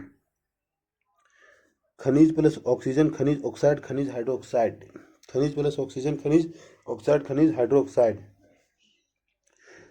अपक्षय में ऑक्सीकरण का तात्पर्य होता है ऑक्साइड या हाइड्रोक्साइड के निर्माण हेतु खनिज ऑक्सीजन का संयोग। अपक्षय में ऑक्सीकरण का तात्पर्य होता है ऑक्साइड या हाइड्रोक्साइड के निर्माण हेतु खनिज ऑक्सीजन का संयोग। ऑक्सीकरण वहीं होता है जहां वायुमंडल एवं ऑक्सीजन युक्त जल मिलते हैं। ऑक्सीकरण वहीं होता है जहां वायुमंडल एवं ऑक्सीजन युक्त जल मिलते हैं। इस प्रक्रिया में लौह मैंगनीज गंधक इत्यादि सर्वाधिक शामिल होते हैं। इस प्रक्रिया में लौह मैंगनीज गंधक इत्यादि सर्वाधिक शामिल होते हैं। ऑक्सीकरण की प्रक्रिया में ऑक्सीजन के योग के कारण पैदा हुए व्यवधान से सेलों का टूटना जारी रहता है। ऑक्सीकरण की प्रक्रिया में ऑक्सीजन के योग के कारण पैदा हुए व्यवधान से सेलों का टूटना जारी रहता है। ऑक्सीकरण एक महत्वपूर्ण प्रक्रिया है जो लौह धारक बायोटाइट ओलिवाइन एवं पायरोक्सिन जैसे खनिजों को प्रभावित करती है। ऑक्सीकरण एक महत्वपूर्ण प्रक्रिया है जो लौह धारक बायोटाइट ओलिवाइन एवं पायरोक्सिन जैसे खनिजों को प्रभावित करती है। ऑक्सीकरण होने पर लौह का लाल रंग भूरे या पीले रंग में परिवर्तित हो जाता है। ऑक्सीकरण होने पर लौह का लाल रंग भूरे या पीले रंग में परिवर्तित हो जाता है। जब ऑक्सीकृत खनिज ऐसे वातावरण में रखे जाते हैं जहां ऑक्सीजन का अभाव है तो एक दूसरी रासायनिक अपक्षय प्रक्रिया प्रारंभ हो जाती है जिसे न्यूनीकरण क्रिया कहते हैं। जब ऑक्सीकृत खनिज ऐसे वातावरण में रखे जाते हैं जहां ऑक्सीजन का अभाव है तो एक दूसरी रासायनिक अपक्षय प्रक्रिया प्रारंभ हो जाती है जिसे न्यूनीकरण क्रिया कहते हैं। ऐसी दशाएं प्राय भौम जल स्तर के नीचे रुद्ध जल क्षेत्र या जल प्लावी क्षेत्रों में पाई जाती है। ऐसी दशाएं प्राय भौम जल स्तर के नीचे रुद्ध जल के क्षेत्र या जल प्लावी क्षेत्रों में पाई जाती है। न्यूनीकृत होने पर लौह का लाल रंग हरे या आसमानी धूसर रंग में बदल जाता है। न्यूनीकृत होने पर लौह का लाल रंग हरे या आसमानी धूसर ब्लूइश ग्रे में बदल जाता है। अपक्षय की ये प्रक्रियाएं अंतः संबंधित है। जलयोजन कार्बोनेशन एवं ऑक्सीकरण साथ साथ चलते रहते हैं एवं अपक्षय प्रक्रिया को त्वरित बना देते हैं। अपक्षय की ये प्रक्रियाएं अंतः संबंधित हैं। जलयोजन कार्बोनेशन एवं ऑक्सीकरण साथ साथ चलते रहते हैं एवं अपक्षय प्रक्रिया को त्वरित बना देते हैं। क्या हम लौह में जंग लगने को ऑक्सीकरण का उदाहरण मान सकते हैं? क्या हम लौह में जंग लगने को ऑक्सीकरण का उदाहरण मान सकते हैं? रासायनिक अपक्षय प्रक्रियाओं में जल कितना आवश्यक है? क्या रासायनिक अपक्षय प्रक्रिया जल अभाव वाटर स्कैर्स वाले उष्ण मरुस्थलों में प्रभावकारी हो सकती है? क्या रासायनिक अपक्षय प्रक्रियाएं जल अभाव वाले उष्ण मरुस्थलों में प्रभावकारी हो सकती है? भौतिक अपक्षय प्रक्रियाएं, फिजिकल वेदरिंग प्रोसेस। भौतिक अपक्षय प्रक्रियाएं, फिजिकल वेदरिंग प्रोसेस। भौतिक अपक्षय प्रक्रियाएं, फिजिकल वेदरिंग प्रोसेस। भौतिक अपक्षय प्रक्रियाएं, फिजिकल वेदरिंग प्रोसेस। भौतिक या यांत्रिक अपक्षय प्रक्रियाएं कुछ अनुप्रयुक्त बलों पर निर्भर करती है। भौतिक या यांत्रिक अपक्षय प्रक्रियाएं कुछ अनुप्रयुक्त बलों पर निर्भर करती है। ये अनुप्रयुक्त बल निम्नलिखित हो सकते हैं। पहला, गुरुत्वाकर्षण बल जैसे अत्यधिक ऊपर भार दबाव एवं अपरूपण प्रतिबल। पहला, गुरुत्वाकर्षण बल जैसे अत्यधिक ऊपर भार दबाव एवं अपरूपण प्रतिबल। दूसरा, तापक्रम में परिवर्तन, क्रिस्टल द्रवों में वृद्धि एवं पशुओं के क्रियाकलापों के कारण उत्पन्न विस्तारण बल। दूसरा, तापक्रम में परिवर्तन, क्रिस्टल द्रवों में वृद्धि एवं पशुओं के क्रियाकलापों के कारण उत्पन्न विस्तारण बल। तीसरा, शुष्कन एवं आर्द्रन चक्रों से नियंत्रित जल का दबाव। तीसरा, शुष्कन एवं आर्द्रन चक्रों से नियंत्रित जल का दबाव। इनमें से कई बल धरातल एवं विभिन्न धरातल पदार्थों के अंदर अनुप्रयुक्त होती है, जिसका परिणाम सैलों का विभंग होता है। इनमें से कई बल धरातल एवं विभिन्न धरातल पदार्थों के अंदर अनुप्रयुक्त होती है, जिसका परिणाम सैलों का विभंग होता है। भौतिक अपक्षय प्रक्रियाओं में अधिकांश तापीय विस्तारण एवं दबाव के निर्मुक्त होने के कारण होता है। भौतिक अपक्षय प्रक्रियाओं में अधिकांश तापीय विस्तारण एवं दबाव के निर्मुक्त होने के कारण होता है। ये प्रक्रियाएं लघु एवं मंद होती है, परंतु कई बार संकुचन एवं विस्तारण के कारण सैलों के सतत श्रांति फटीग के फलस्वरूप ये सैलों को बड़ी हानि पहुंचा सकती है। ये प्रक्रियाएं लघु एवं मंद होती है, परंतु कई बार संकुचन एवं विस्तारण के कारण सैलों के सतत श्रांति फटीग के फलस्वरूप ये सैलों को बड़ी हानि पहुंचा सकती है। भार विहीनीकरण एवं विस्तारण। भार विहीनीकरण एवं विस्तारण। भार विहीनीकरण एवं विस्तारण। भार विहीनीकरण एवं विस्तारण। भार विहीनीकरण एवं विस्तारण। अनवरत अपरदन के कारण ऊपरशाही सैलों के भार का अपनयन ऊर्ध्वाधर दबाव के निर्मुक्त का कारक होता है, जिससे सैलों के ऊपरी संस्तर विस्तारित हो जाते हैं। अनवरत अपरदन के कारण ऊपरी शाही सैलों के भार का अपनयन ऊर्ध्वाधर दबाव के निर्मुक्त का कारक होता है, जिससे सैलों के ऊपरी संस्तर विस्तारित हो जाते हैं। इसके परिणाम स्वरूप सैलों का पातन एवं तत्व स्वरूप विघटन होता है। इसके परिणाम स्वरूप सैलों का पातन एवं तत्व स्वरूप विघटन होता है। विभंग मोटे तौर पर भूतल की सतह के समानांतर विकसित होता है। विभंग मोटे तौर पर भूतल की सतह के समानांतर विकसित होता है। भूमि के वक्र सतह वाले क्षेत्रों में चाप विभंग द्वारा सैलों की भारी चादरें एवं अपसल्कन पट्टियां निर्मित करने की प्रवृत्ति पाई जाती है। भूमि के वक्र सतह वाले क्षेत्रों में चाप विभंग द्वारा सैलों के भारी चादरें एवं अपसल्कन पट्टियां निर्मित करने की प्रवृत्ति पाई जाती है। भार विहीनीकरण एवं दबाव मुक्त होने के कारण विस्तारण से उत्पन्न अपसल्कन चादरों का क्षैतिज विस्तार सैकड़ों या यहाँ तक कि हजारों मीटर तक हो सकता है। भार विहीनीकरण एवं दबाव मुक्त होने के कारण विस्तारण से उत्पन्न अपसल्कन चादरों का क्षैतिज विस्तार सैकड़ों यहाँ तक कि हजारों मीटर तक हो सकता है। बड़े चिकने गोलाकार गुंबद को अपसल्कन गुंबद कहते हैं, जो इस प्रक्रिया के द्वारा बनता है। बड़े चिकने गोलाकार गुंबद को अपसल्कन गुंबद कहते हैं, जो कि इस प्रक्रिया द्वारा बनता है। तापक्रम में परिवर्तन एवं विस्तारण। तापक्रम में परिवर्तन एवं विस्तारण। तापक्रम में परिवर्तन एवं विस्तारण। तापक्रम में परिवर्तन एवं विस्तारण। सैलों में विद्यमान विभिन्न प्रकार के खनिजों में स्वयं के विस्तारण एवं संकुचन की अपनी सीमाएं होती है। सैलों में विद्यमान विभिन्न प्रकार के खनिजों में स्वयं के विस्तारण एवं संकुचन की अपनी सीमाएं होती है। तापक्रम बढ़ने के साथ प्रत्येक खनिज फैलता है एवं अपने निकट खनिज को दबाता है तथा तापक्रम गिरने के साथ उनमें तदनुसार संकुचन होता है। तापक्रम बढ़ने के साथ प्रत्येक खनिज फैलता है एवं अपने निकट खनिज को दबाता है तथा तापक्रम गिरने के साथ उनमें तदनुसार संकुचन होता है। तापक्रम में दैनिक परिवर्तन के कारण सैलों के छिछले संस्तरों के खनिज कणों का आंतरिक संचलन नियमित रूप से होता रहता है। तापक्रम में दैनिक परिवर्तन के कारण सैलों के छिछले संस्तरों के खनिज कणों में आंतरिक संचलन नियमित रूप से होता रहता है। यह प्रक्रिया शुष्क जलवायु एवं अधिक ऊंचे क्षेत्रों में, जहां दैनिक तापक्रमांतर बहुत अधिक होता है, सर्वाधिक प्रभावशाली होता है। यह प्रक्रिया शुष्क जलवायु एवं अधिक ऊंचे क्षेत्रों में, जहां दैनिक तापक्रमांतर बहुत अधिक होता है, सर्वाधिक प्रभावशाली होता है। जैसा कि पहले उल्लेखित किया जा चुका है कि ये संचालन बहुत लघु होते हैं, परंतु अनवरत श्रांति से सैलों को बहुत कमजोर बना देते हैं। जैसा कि पहले उल्लेख किया जा चुका है, ये संचालन बहुत लघु होते हैं, परंतु अनवरत श्रांति फटीग से सैलों को बहुत कमजोर बना देते हैं। सैलों के सतही संस्तरों में उनकी गहराई के संस्तरों की अपेक्षा विस्तारण की प्रवृत्ति अधिक होती है, जिसके कारण सैलों के अंदर प्रतिबल उत्पन्न होता है। परिणाम स्वरूप सतह के समानांतर अनुप्रस्थ विस्थापन एवं विभंग विकसित हो जाते हैं। सैलों के सतही संस्तरों में उनकी गहराई के संस्तरों की अपेक्षा विस्तारण की प्रवृत्ति अधिक होती है, जिसके कारण सैलों के अंदर प्रतिबल उत्पन्न होता है। परिणाम स्वरूप सतह के समानांतर अनुप्रस्थ विस्थापन एवं विभंग विकसित हो जाते हैं। गर्म तथा ठंडा होने में विभेद एवं भिन्नता होने के कारण सतह के संस्तर में होने वाले फैलाव तथा संकुचन और तत्पश्चात धरातल से अपसल्कन के कारण सैलों में चिकनी गोलाकार सतहों का निर्माण होता है। गर्म तथा ठंडा होने में विभेद एवं भिन्नता होने के कारण सतह के संस्तर में होने वाले फैलाव तथा संकुचन और तत्पश्चात धरातल से अपसल्कन के कारण शैलों में चिकनी गोलाकार सतहों का निर्माण होता है। ग्रेनाइट शैलों में इस प्रक्रिया से चिकनी सतह के छोटे से लेकर बड़े गुलास्म का निर्माण होता है, जिसे टॉर कहते हैं। ग्रेनाइट शैलों में इस प्रक्रिया से चिकनी सतह के छोटे से लेकर बड़े गुलास्मों का निर्माण होता है, जिसे टॉर कहते हैं। अपसल्कित गुंबद एवं असल्कित टॉर के मध्य क्या अंतर होता है? अपसल्कित गुंबद एवं अपसल्कित टॉर के मध्य क्या अंतर होता है? अपसल्कित गुंबद, अपसल्कित टॉर, अपसल्कित गुंबद, अपसल्कित टॉर, अपसल्कित गुंबद, अपसल्कित टॉर, अपसल्कित गुंबद। अपक्षय कारण चट्टानों की सतह से परतें निकलती जाती है और वह चट्टान धीरे धीरे एक गोलाकार बड़ा गुंबद का आकार ले लेता है। अपक्षय कारण चट्टानों की सतह से परतें निकलती जाती है और वह चट्टान धीरे धीरे एक गोलाकार बड़ा गुंबद आकार ले लेता है। अपसल्कित गुंबद। अपक्षय कारण चट्टानों की सतह से परतें निकलती जाती है और वह चट्टान धीरे धीरे एक गोलाकार बड़ा गुंबद का आकार ले लेती है।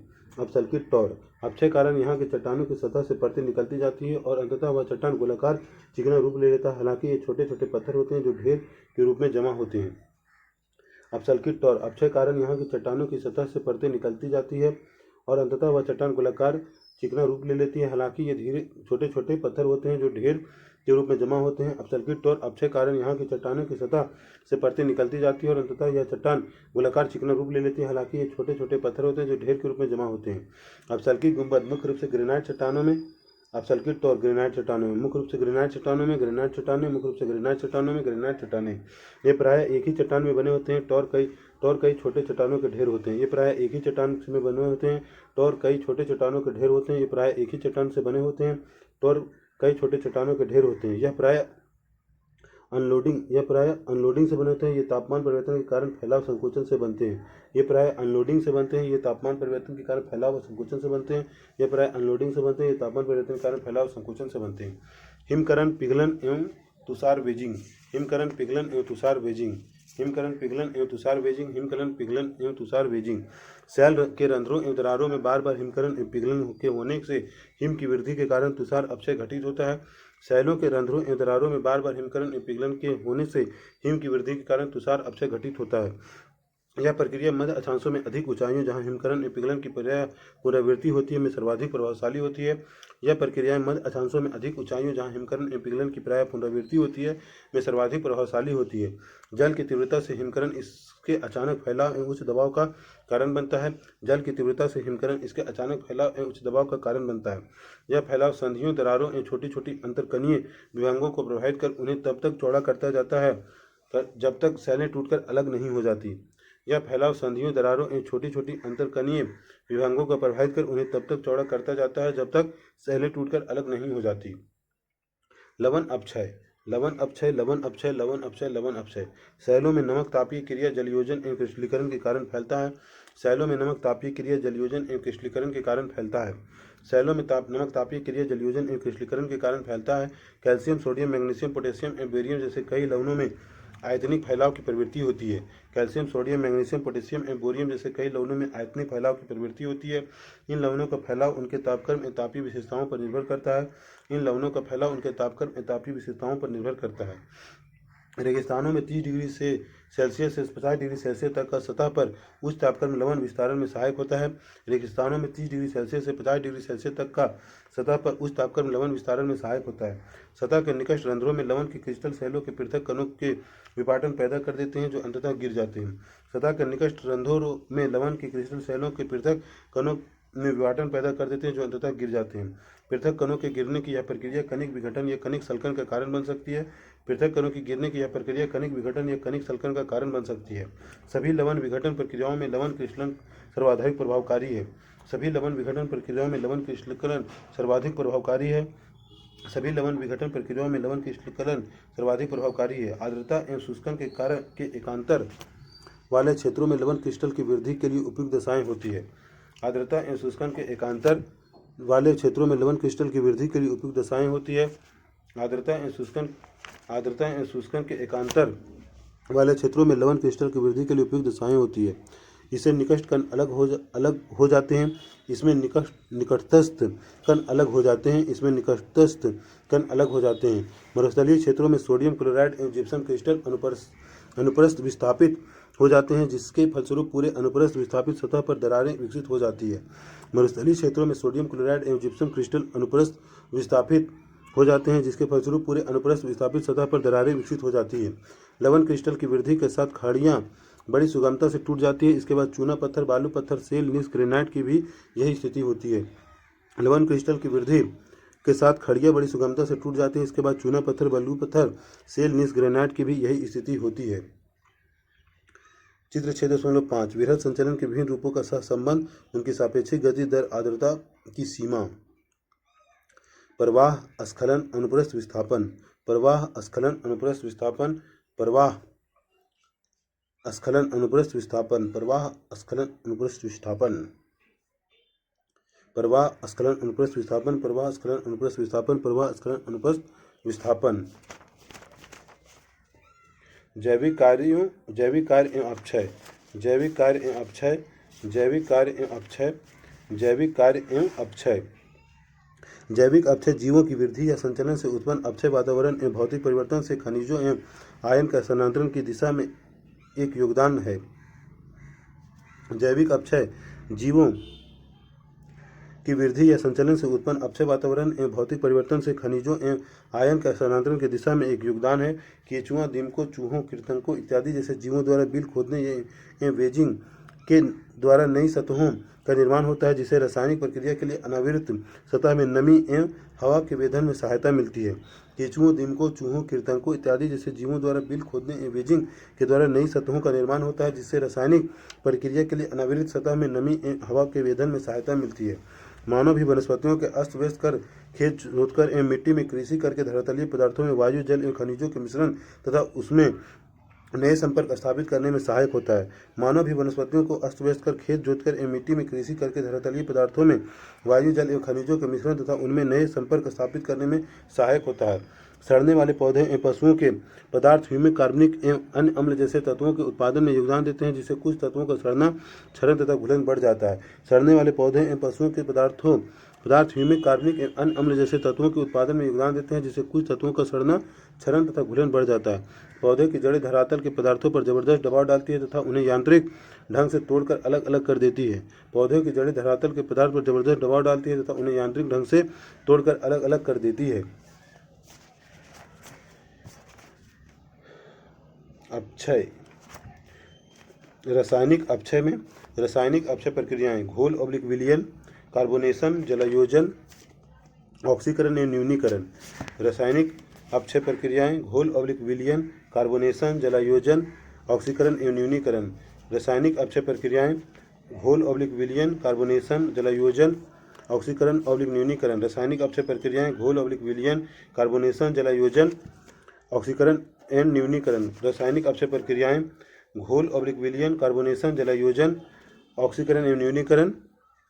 भौतिक अपक्षय प्रक्रियाएं: भार विहीनीकरण एवं विस्तारण, तापक्रम में परिवर्तन एवं विस्तारण, हिमकरण, पिघलन एवं तुषार वेजिंग, लवण अपक्षय। भौतिक अपक्षय प्रक्रियाएं: भार विहीनीकरण एवं विस्तारण, तापक्रम में परिवर्तन एवं विस्तारण, हिमकरण, पिघलन एवं तुषार, लवण अपक्षय। भार विहीनीकरण एवं विस्तारण, तापक्रम।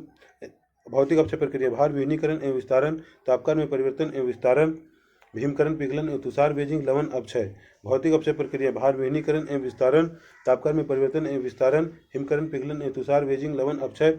भौतिक अपक्षय प्रक्रिया: भार विहीनीकरण एवं विस्तारण, तापक्रम में परिवर्तन एवं विस्तारण, हिमकरण, पिघलन एवं तुषार वेजिंग, लवण अपक्षय। अपक्षय के विशेष प्रभाव। अपक्षय के विशेष प्रभाव। अपक्षय के विशेष प्रभाव। अपसल्कन। इसकी व्याख्या पहले ही भौतिक अपक्षय प्रक्रियाओं के तापीय संकुचन, फैलाव तथा लवण अपक्षय के अंतर्गत की जा चुकी है। अपसल्कन। इसकी व्याख्या पहले ही भौतिक अपक्षय प्रक्रियाओं, तापीय संकुचन में फैलाव तथा लवण अपक्षय के अंतर्गत की जा चुकी है। अपसल्कन एक परिणाम है, प्रक्रिया नहीं। अपसल्कन एक परिणाम है, प्रक्रिया नहीं। अपसल्कन एक परिणाम है, प्रक्रिया नहीं। सेल या आधार सेल के ऊपर से मोटे तौर पर घुमावदार चादर के रूप में उत्खंडित या पत्रकन होता है, जिसके परिणाम स्वरूप चिकनी एवं गोल सतह का निर्माण होता है। सेल या आधार सेल के ऊपर मोटे तौर पर घुमावदार चादर के रूप में उत्खंडित या पत्रकन होता है, जिसके परिणाम स्वरूप चिकनी एवं गोल सतह का निर्माण होता है। चित्र 6.3 6.4 अपसल्कन अभारितीकरण, अनलोडिंग एवं तापक्रम परिवर्तन द्वारा प्रेरित फैलाव एवं संकुचन के कारण भी होता है। अपसल्कन, अभारितकरण, अनलोडिंग एवं तापमान परिवर्तन द्वारा प्रेरित फैलाव एवं संकुचन के कारण भी होता है। अपसल्कित गुंबद एवं टॉर्च क्रमशः अभारितीकरण एवं तापीय संकुचन से उत्पन्न होते हैं। अपसल्कित गुंबद एवं टॉर्च क्रमशः अभारितीकरण एवं तापीय संकुचन से उत्पन्न होते हैं। गुंबद अनलोडिंग से, टॉर्च गर्मी फैलने सिकुड़ने से। अपक्षय का महत्व। अपक्षय का महत्व। अपक्षय का महत्व। अपक्षय प्रक्रिया सेलों को छोटे छोटे टुकड़ों में तोड़ने तथा न केवल आवरण, प्रस्तर एवं मृदा निर्माण के लिए मार्ग प्रशस्त करते हैं, अपितु अपर्दन एवं बृहद संचलन के लिए भी उत्तरदायी होते हैं।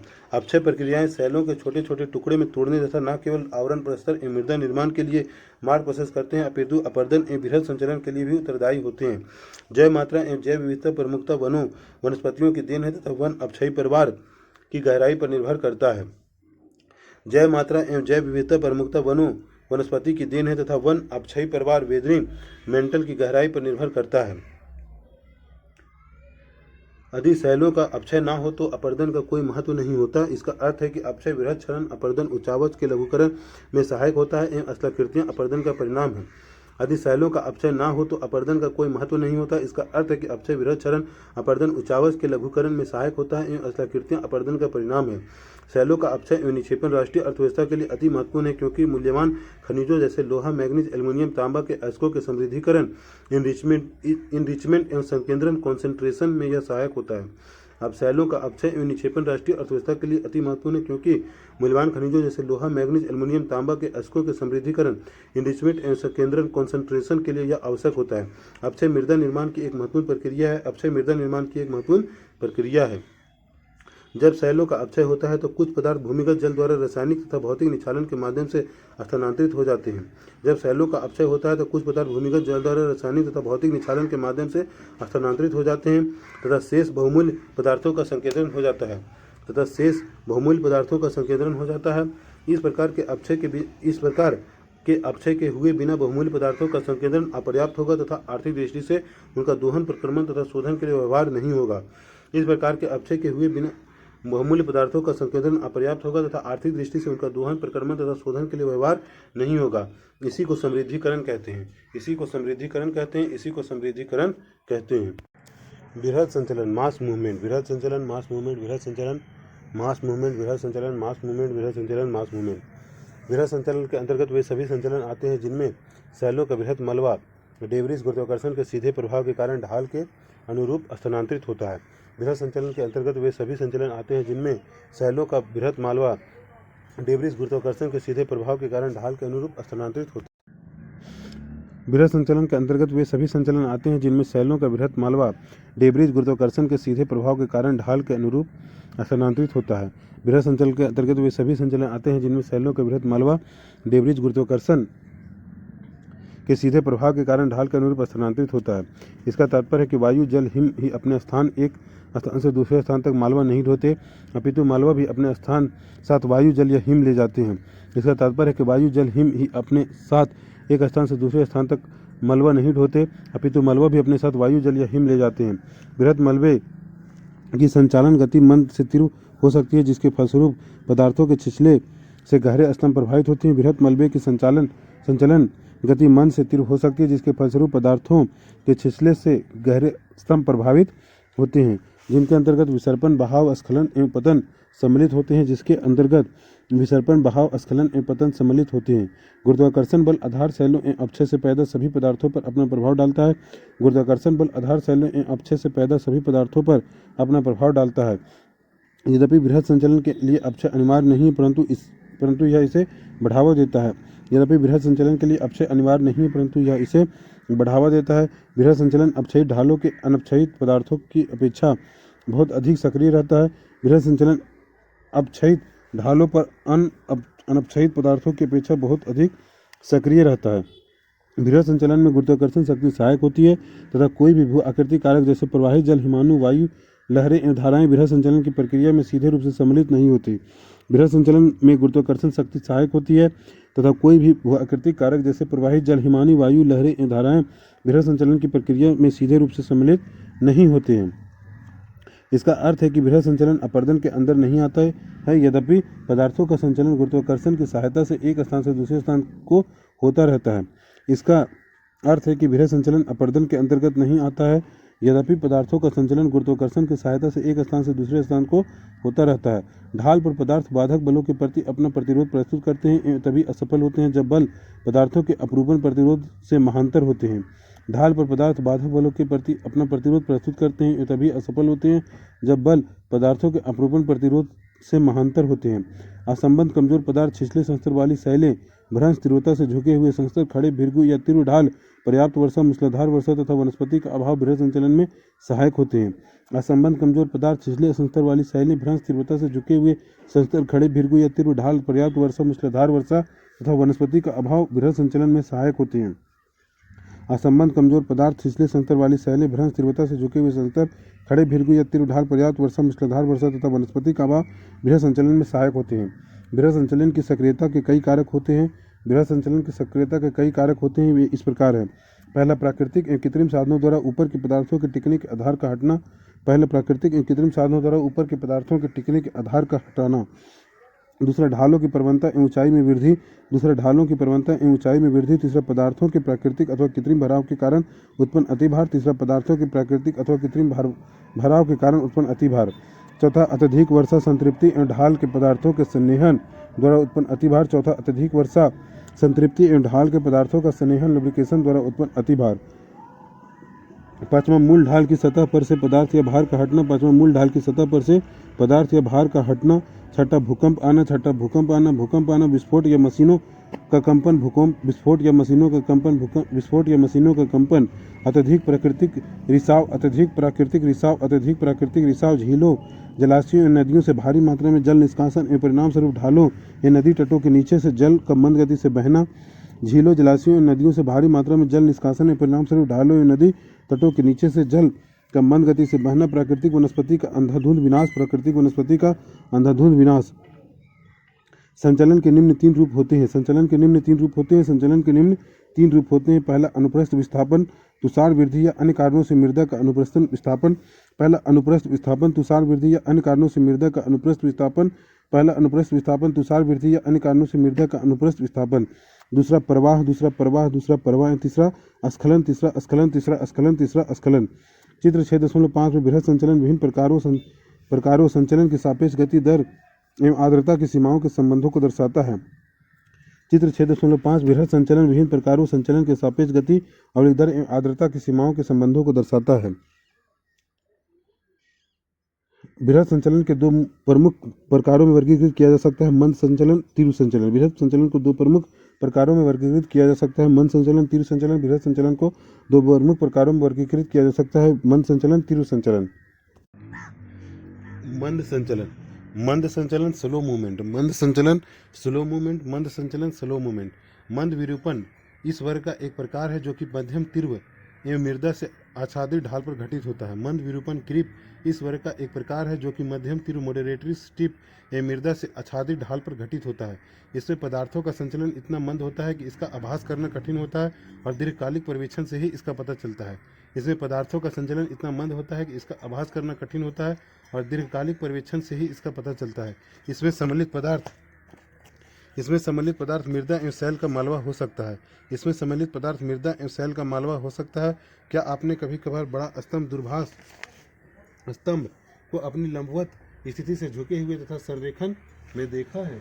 क्या आपने बाढ़ स्तंभ दूरभाष स्तंभ को अपनी लंबवत स्थिति से झुके हुए या संरेखण में देखा है?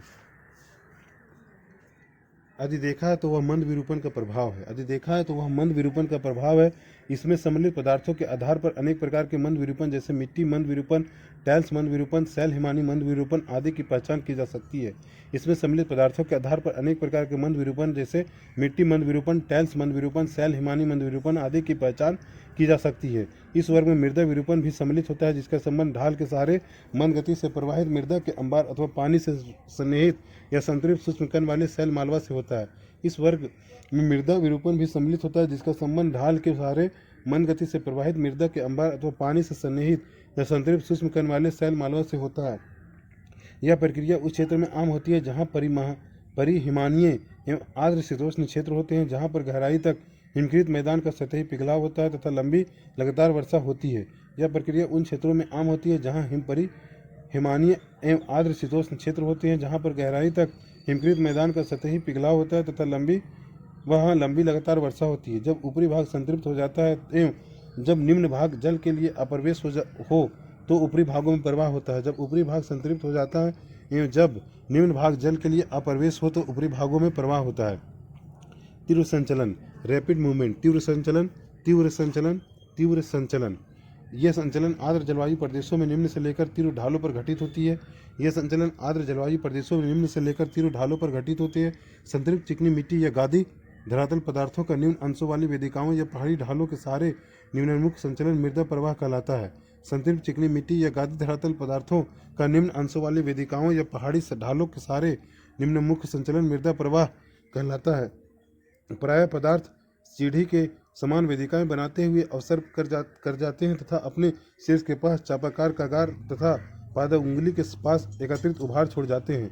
प्रायः पदार्थ सीढ़ी के समान वेदिकाएं बनाते हुए अवसर कर जाते हैं तथा अपने शीर्ष के पास चापाकार कगार तथा पद उंगली के पास एकत्रित उभार छोड़ जाते हैं। जब ढाल तीव्रतर होते हैं तो आधार सेल विशेषकर कोमल पदार्थदार सेल जैसे सेल या गहराई से अपक्षयित आग्नेय सेल भी ढाल के नीचे स्खलित हो जाती है। जब ढाल तीव्रतर होते हैं तो आधार सेल विशेषकर कोमल परतदार सेल जैसे सेल या गहराई से अपक्षयित आग्नेय सेल भी ढाल के नीचे स्खलित हो जाती है। इस वर्ग में दूसरा प्रकार है कीचड़ प्रवाह, मड फ्लो। इस वर्ग में दूसरा प्रकार है कीचड़ प्रवाह, मड फ्लो। वनस्पति आवरण के अभाव एवं भारी वर्षा के कारण अपक्षयित पदार्थों के मोटे संस्तर जल से संतृप्त हो जाते हैं एवं धीरे धीरे अथवा तीव्रता से निश्चित वाहिकाओं के सहारे नीचे की ओर प्रवाहित होने लगते हैं। वनस्पति आवरण के अभाव एवं भारी वर्षा के कारण अपक्षयित पदार्थों के मोटे संस्तर जल से संतृप्त हो जाते हैं, धीरे धीरे अथवा तीव्रता से निश्चित वाहिकाओं के सहारे नीचे की ओर प्रवाहित होने लगते हैं। यह एक घाटी के अंदर कीचड़ की नदी से दिखाई पड़ती है। यह एक घाटी के अंदर कीचड़ की नदी से दिखाई पड़ती है। जब कीचड़ प्रवाह वेदिकाओं से बाहर निकलकर गिरिपाद या मैदान में आते हैं तो वे सड़कों, पुलों एवं मकानों को चपेट में लेते हुए बहुत विध्वंसकारक सिद्ध होते हैं। जब कीचड़ प्रवाह वाहिकाओं के से बाहर निकलकर गिरिपथ, पेडीमाउंट या मैदान में आते हैं तो वह सड़कों, पुलों एवं मकानों को चपेट में लेते हुए बहुत विध्वंसकारक सिद्ध होते हैं। ऐसे कीचड़ प्रवाह उद्गारत या हाल में ही उद्गारी ज्वालामुखी के ढालों पर बहुधा पाए जाते हैं। ऐसे कीचड़ प्रवाह उद्गारत या हाल में ही उद्गारित ज्वालामुखी के ढालों पर बहुधा पाए जाते हैं। ज्वालामुखीय राख, धूल एवं अन्य खंडित तत्व भारी वर्षा के कारण कीचड़ में परिवर्तित हो जाते हैं। इन ढालों पर कीचड़ कोई नदी या जिहा के रूप में प्रवाहित होते हैं। ज्वालामुखीय राख, धूल एवं अन्य खंडित तत्व भारी वर्षा के कारण कीचड़ में परिवर्तित हो जाते हैं एवं ढालों पर कीचड़ की नदी या जिहा के रूप में प्रवाहित होते हैं। इनसे मानव अधिवासों को बहुत बड़ी क्षति पहुंचती है। इस प्रकार के संचलन में तीसरा प्रकार मालवा अवधवाव वनस्पति आवरण युक्त या उससे वंचित आर्द्र प्रदेशों की विशेषता है। इस प्रकार के संचलन में तीसरा प्रकार मलवा अवधाव वनस्पति आवरण युक्त या उससे वंचित आर्द्र प्रदेशों की विशेषता है। यह तीव्र ढालों पर संकीर्ण पथ के रूप में घटित होता है। मलवा अवधाव कीचड़ प्रवाह से बहुत तीव्रतर होता है तथा हिम अवधाव के समान होता है। मलवा अवधाव कीचड़ प्रवाह से बहुत तीव्रतर होता है तथा हिम अवधाव के समान होता है। दक्षिण अमेरिका के एंडीज पर्वतों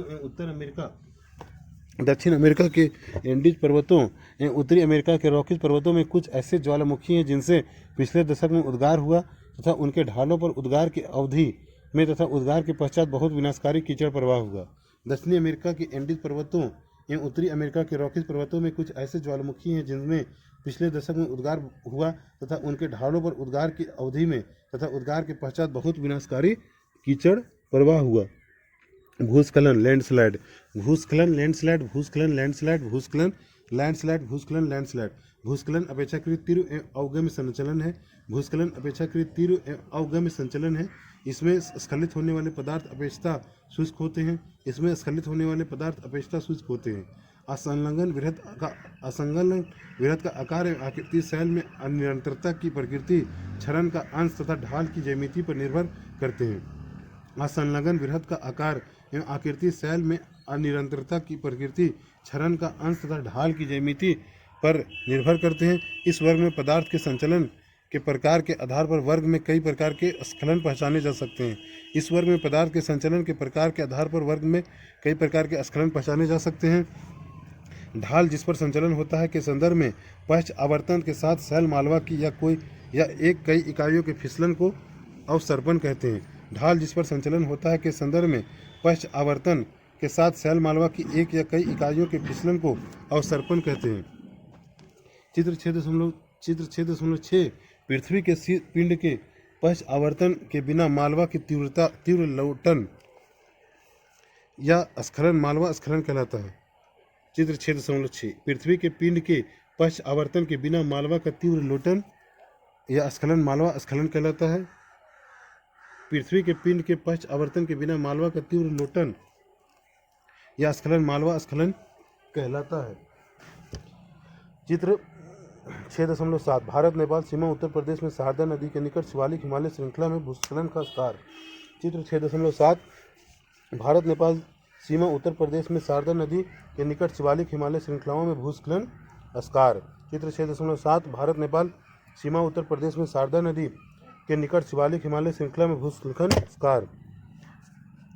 मालवा स्खलन में खड़े वर्टिकल या परलंबी फलक से मिट्टी मालवा का प्रायः स्वतंत्र पतन होता है। मालवा स्खलन में खड़े या परलंबी फलक से मिट्टी मालवा का प्रायः स्वतंत्र पतन होता है। संस्तर जोड़ या भ्रंश के नीचे पृथक शैल बृहद के स्खलन को शैल स्खलन कहते हैं। संस्तर जोड़ या भ्रंश के नीचे पृथक शैल बृहद के स्खलन को शैल स्खलन कहते हैं। तीव्र ढालों पर शैल स्खलन बहुत तीव्र एवं विध्वंसक होता है। तीव्र ढालों पर शैल स्खलन बहुत तीव्र एवं विध्वंसक होता है। चित्र 6.7 तीव्र ढाल पर भूस्खलन की खरोंच को दर्शाता है। चित्र 6.7 तीव्र ढाल पर भूस्खलन की खरोंच को दर्शाता है। तीव्र नीति संस्तरण तल जैसे अनिरंतरताओं के सहारे स्खलन का एक समतलीय पात के रूप में घटित होता है। तीव्र नीति संस्तरण तल जैसे अनिरंतरताओं के सहारे स्खलन एक समतलीय पात के रूप में घटित होता है। किसी तीव्र ढाल के सहारे शैल खंडों का ढाल से दूरी रखते हुए स्वतंत्र रूप से गिरना शैल पतन फॉल कहलाता है। किसी तीव्र ढाल के सहारे शैल खंडों का ढाल से दूरी रखते हुए स्वतंत्र रूप से गिरना शैल पतन फॉल कहलाता है। किसी तीव्र ढाल के सहारे शैल खंडों का ढाल से दूरी रखते हुए स्वतंत्र रूप से गिरना शैल पतन फॉल कहलाता है। शैल पतन शैलों के फलक के उथले संस्तर से होता है जो इसे शैल स्खलन जिसमें पदार्थ पर्याप्त गहराई तक प्रवाहित होते हैं से अलग करता है। शैल पतन शैलों के फलक के उथले संस्तर से होता है जो इसे शैल स्खलन जिसमें पदार्थ पर्याप्त गहराई तक प्रवाहित होते हैं से अलग करता है। बृहद क्षरण या बृहद संचलन में से आपके अनुसार कौन सी शब्दावली अत्यधिक उपयुक्त है एवं क्यों? बृहद क्षरण या बृहद संचलन में से आपके अनुसार कौन सी शब्दावली अधिक उपयुक्त है एवं क्यों? क्यों मृदा सर्पण को तीव्र प्रवाह संचलन के अंतर्गत सम्मिलित किया जा सकता है, ऐसा क्यों हो सकता है, क्यों नहीं? क्यों मृदा सर्पण को तीव्र प्रवाह संचलन के अंतर्गत सम्मिलित किया जा सकता है, ऐसा क्यों हो सकता है, ऐसा क्यों नहीं? हमारे देश में मालवा अवधाव एवं भूस्खलन हिमालय में प्रायः घटित होते हैं। हमारे देश में मालवा अवधाव एवं भूस्खलन प्रायः हिमालय में घटित होते हैं। इसके अनेक कारण है। पहला, हिमालय विवर्तनिकी दृष्टिकोण से सक्रिय है। इसके अनेक कारण है। पहला, हिमालय विवर्तनिकी दृष्टिकोण से सक्रिय है। यह अधिकांशतः परतदार शैलों एवं असंगठित एवं अर्धसंगठित पदार्थों से बना हुआ है। यह अधिकांशतः परतदार शैलों एवं असंगठित एवं अर्धसंगठित पदार्थों से बना हुआ है। इसकी ढाल मध्यम न होकर तीव्र है। इसकी ढाल मध्यम न होकर के तीव्र है। हिमालय की तुलना में तमिलनाडु, कर्नाटक एवं केरल की सीमा बनाता हुआ नीलगिरी एवं पश्चिमी तट के किनारे पश्चिमी घाट अपेक्षाकृत विवर्तनिकी दृष्टि से अधिक अस्थायी तथा बहुत कठोर शैलों से निर्मित है। हिमालय की तुलना में तमिलनाडु, कर्नाटक एवं केरल की सीमा बनाता हुआ नीलगिरी एवं पश्चिमी घाट तट के किनारे पश्चिमी घाट अपेक्षाकृत विवर्तनिकी दृष्टि से अधिक अस्थायी तथा बहुत कठोर शैलों से निर्मित है। परंतु अब भी इन पहाड़ियों के मलबा अवधाव एवं भूस्खलन होते रहते हैं, यद्यपि उनकी बारंबारता उतनी नहीं है जितनी हिमालय में। परंतु अब भी इन पहाड़ियों में मलबा अवधाव एवं भूस्खलन होते रहते हैं, यद्यपि उनकी बारंबारता उतनी नहीं है जितनी हिमालय में, क्योंकि पश्चिमी घाट एवं नीलगिरी में ढाल खड़े भृगु एवं कगार के साथ तीव्रतर है।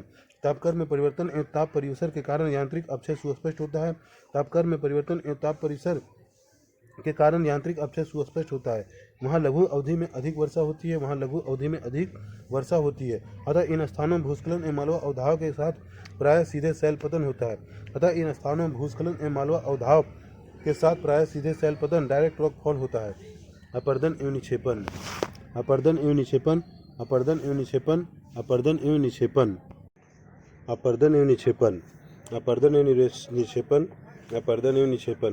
अपर्दन के अंतर्गत शैलों के मलबे की अवापित एक्वाइजेशन एवं उनके परिवहन को सम्मिलित किया जाता है। अपर्दन के अंतर्गत सैलों के मलबे को अवापित एक्वेजेशन एवं उनके परिवहन को सम्मिलित किया जाता है। पिंडकार शैलें जब अपक्षय एवं अन्य क्रियाओं के कारण छोटे छोटे टुकड़ों में टूटती है तो अपर्दन के भूआकृतिक कारक जैसे कि प्रवाहित जल, भौम जल, हिमाणु, वायु, लहरें एवं धाराएं उनको एक स्थान से हटाकर दूसरे स्थान को ले जाती है, जो कि इन कारकों के ज्ञात्मक स्वरूप पर निर्भर करते हैं। पिंडकार शैलें जब अपक्षय एवं अन्य क्रियाओं के कारण छोटे छोटे टुकड़ों में टूटती है तो अपर्दन के भू आकृतिक कारक जैसे कि प्रवाहित जल, भौम जल, हिमाणु, वायु, लहरें एवं धाराएं उनको एक स्थान से हटाकर दूसरे स्थान को ले जाते हैं, जो कि इन कारकों के ज्ञात्मक स्वरूप पर निर्भर करते हैं। भूआकृतिक कारकों द्वारा परिवहन किए जाने वाले चट्टानी मलबे द्वारा अपघर्षण भी अपर्दन में पर्याप्त योगदान देता है।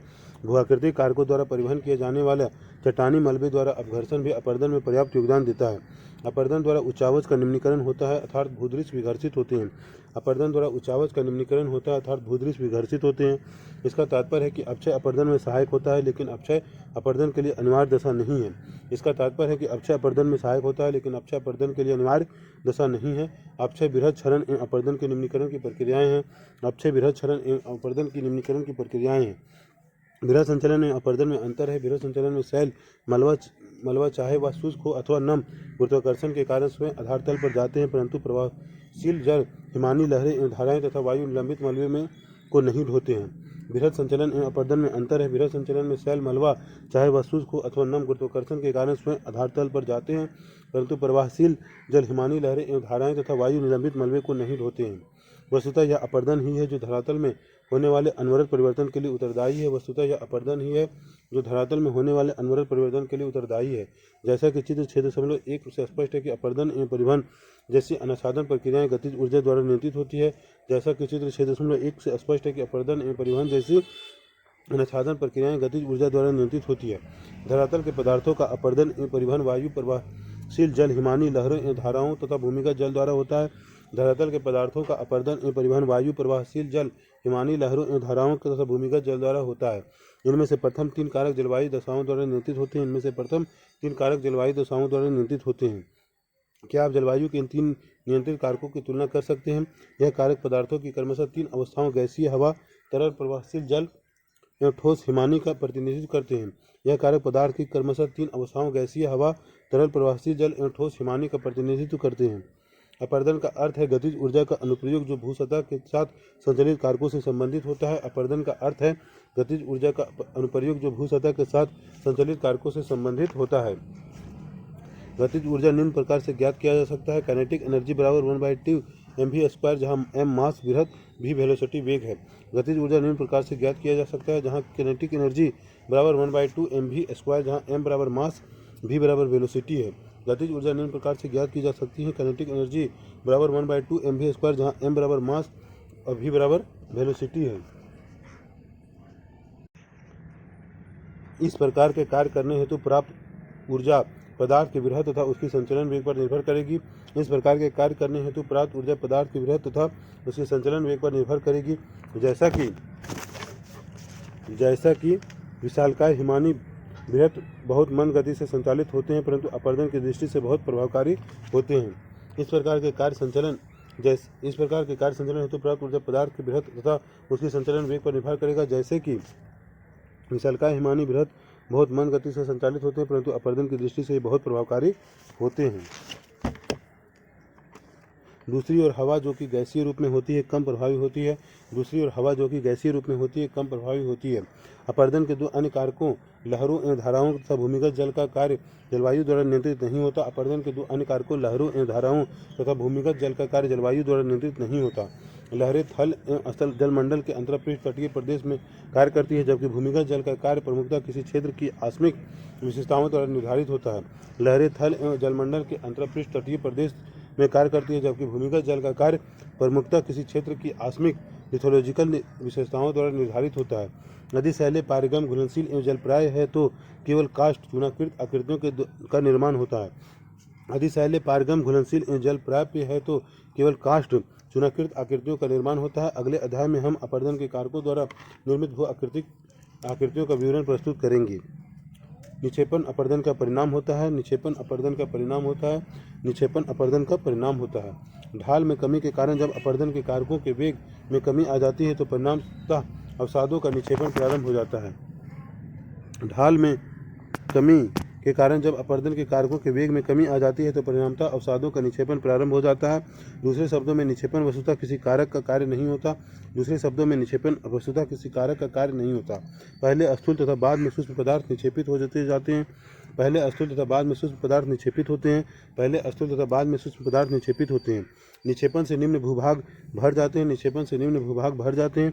वहीं अपर्दन के कारक जैसे प्रवाहयुक्त जल, हिमानी वायु लहरें, धाराएं, भूमिगत जल इत्यादि तालोचन अथवा निक्षेपण के कारक के रूप में भी कार्य करने लग जाते हैं।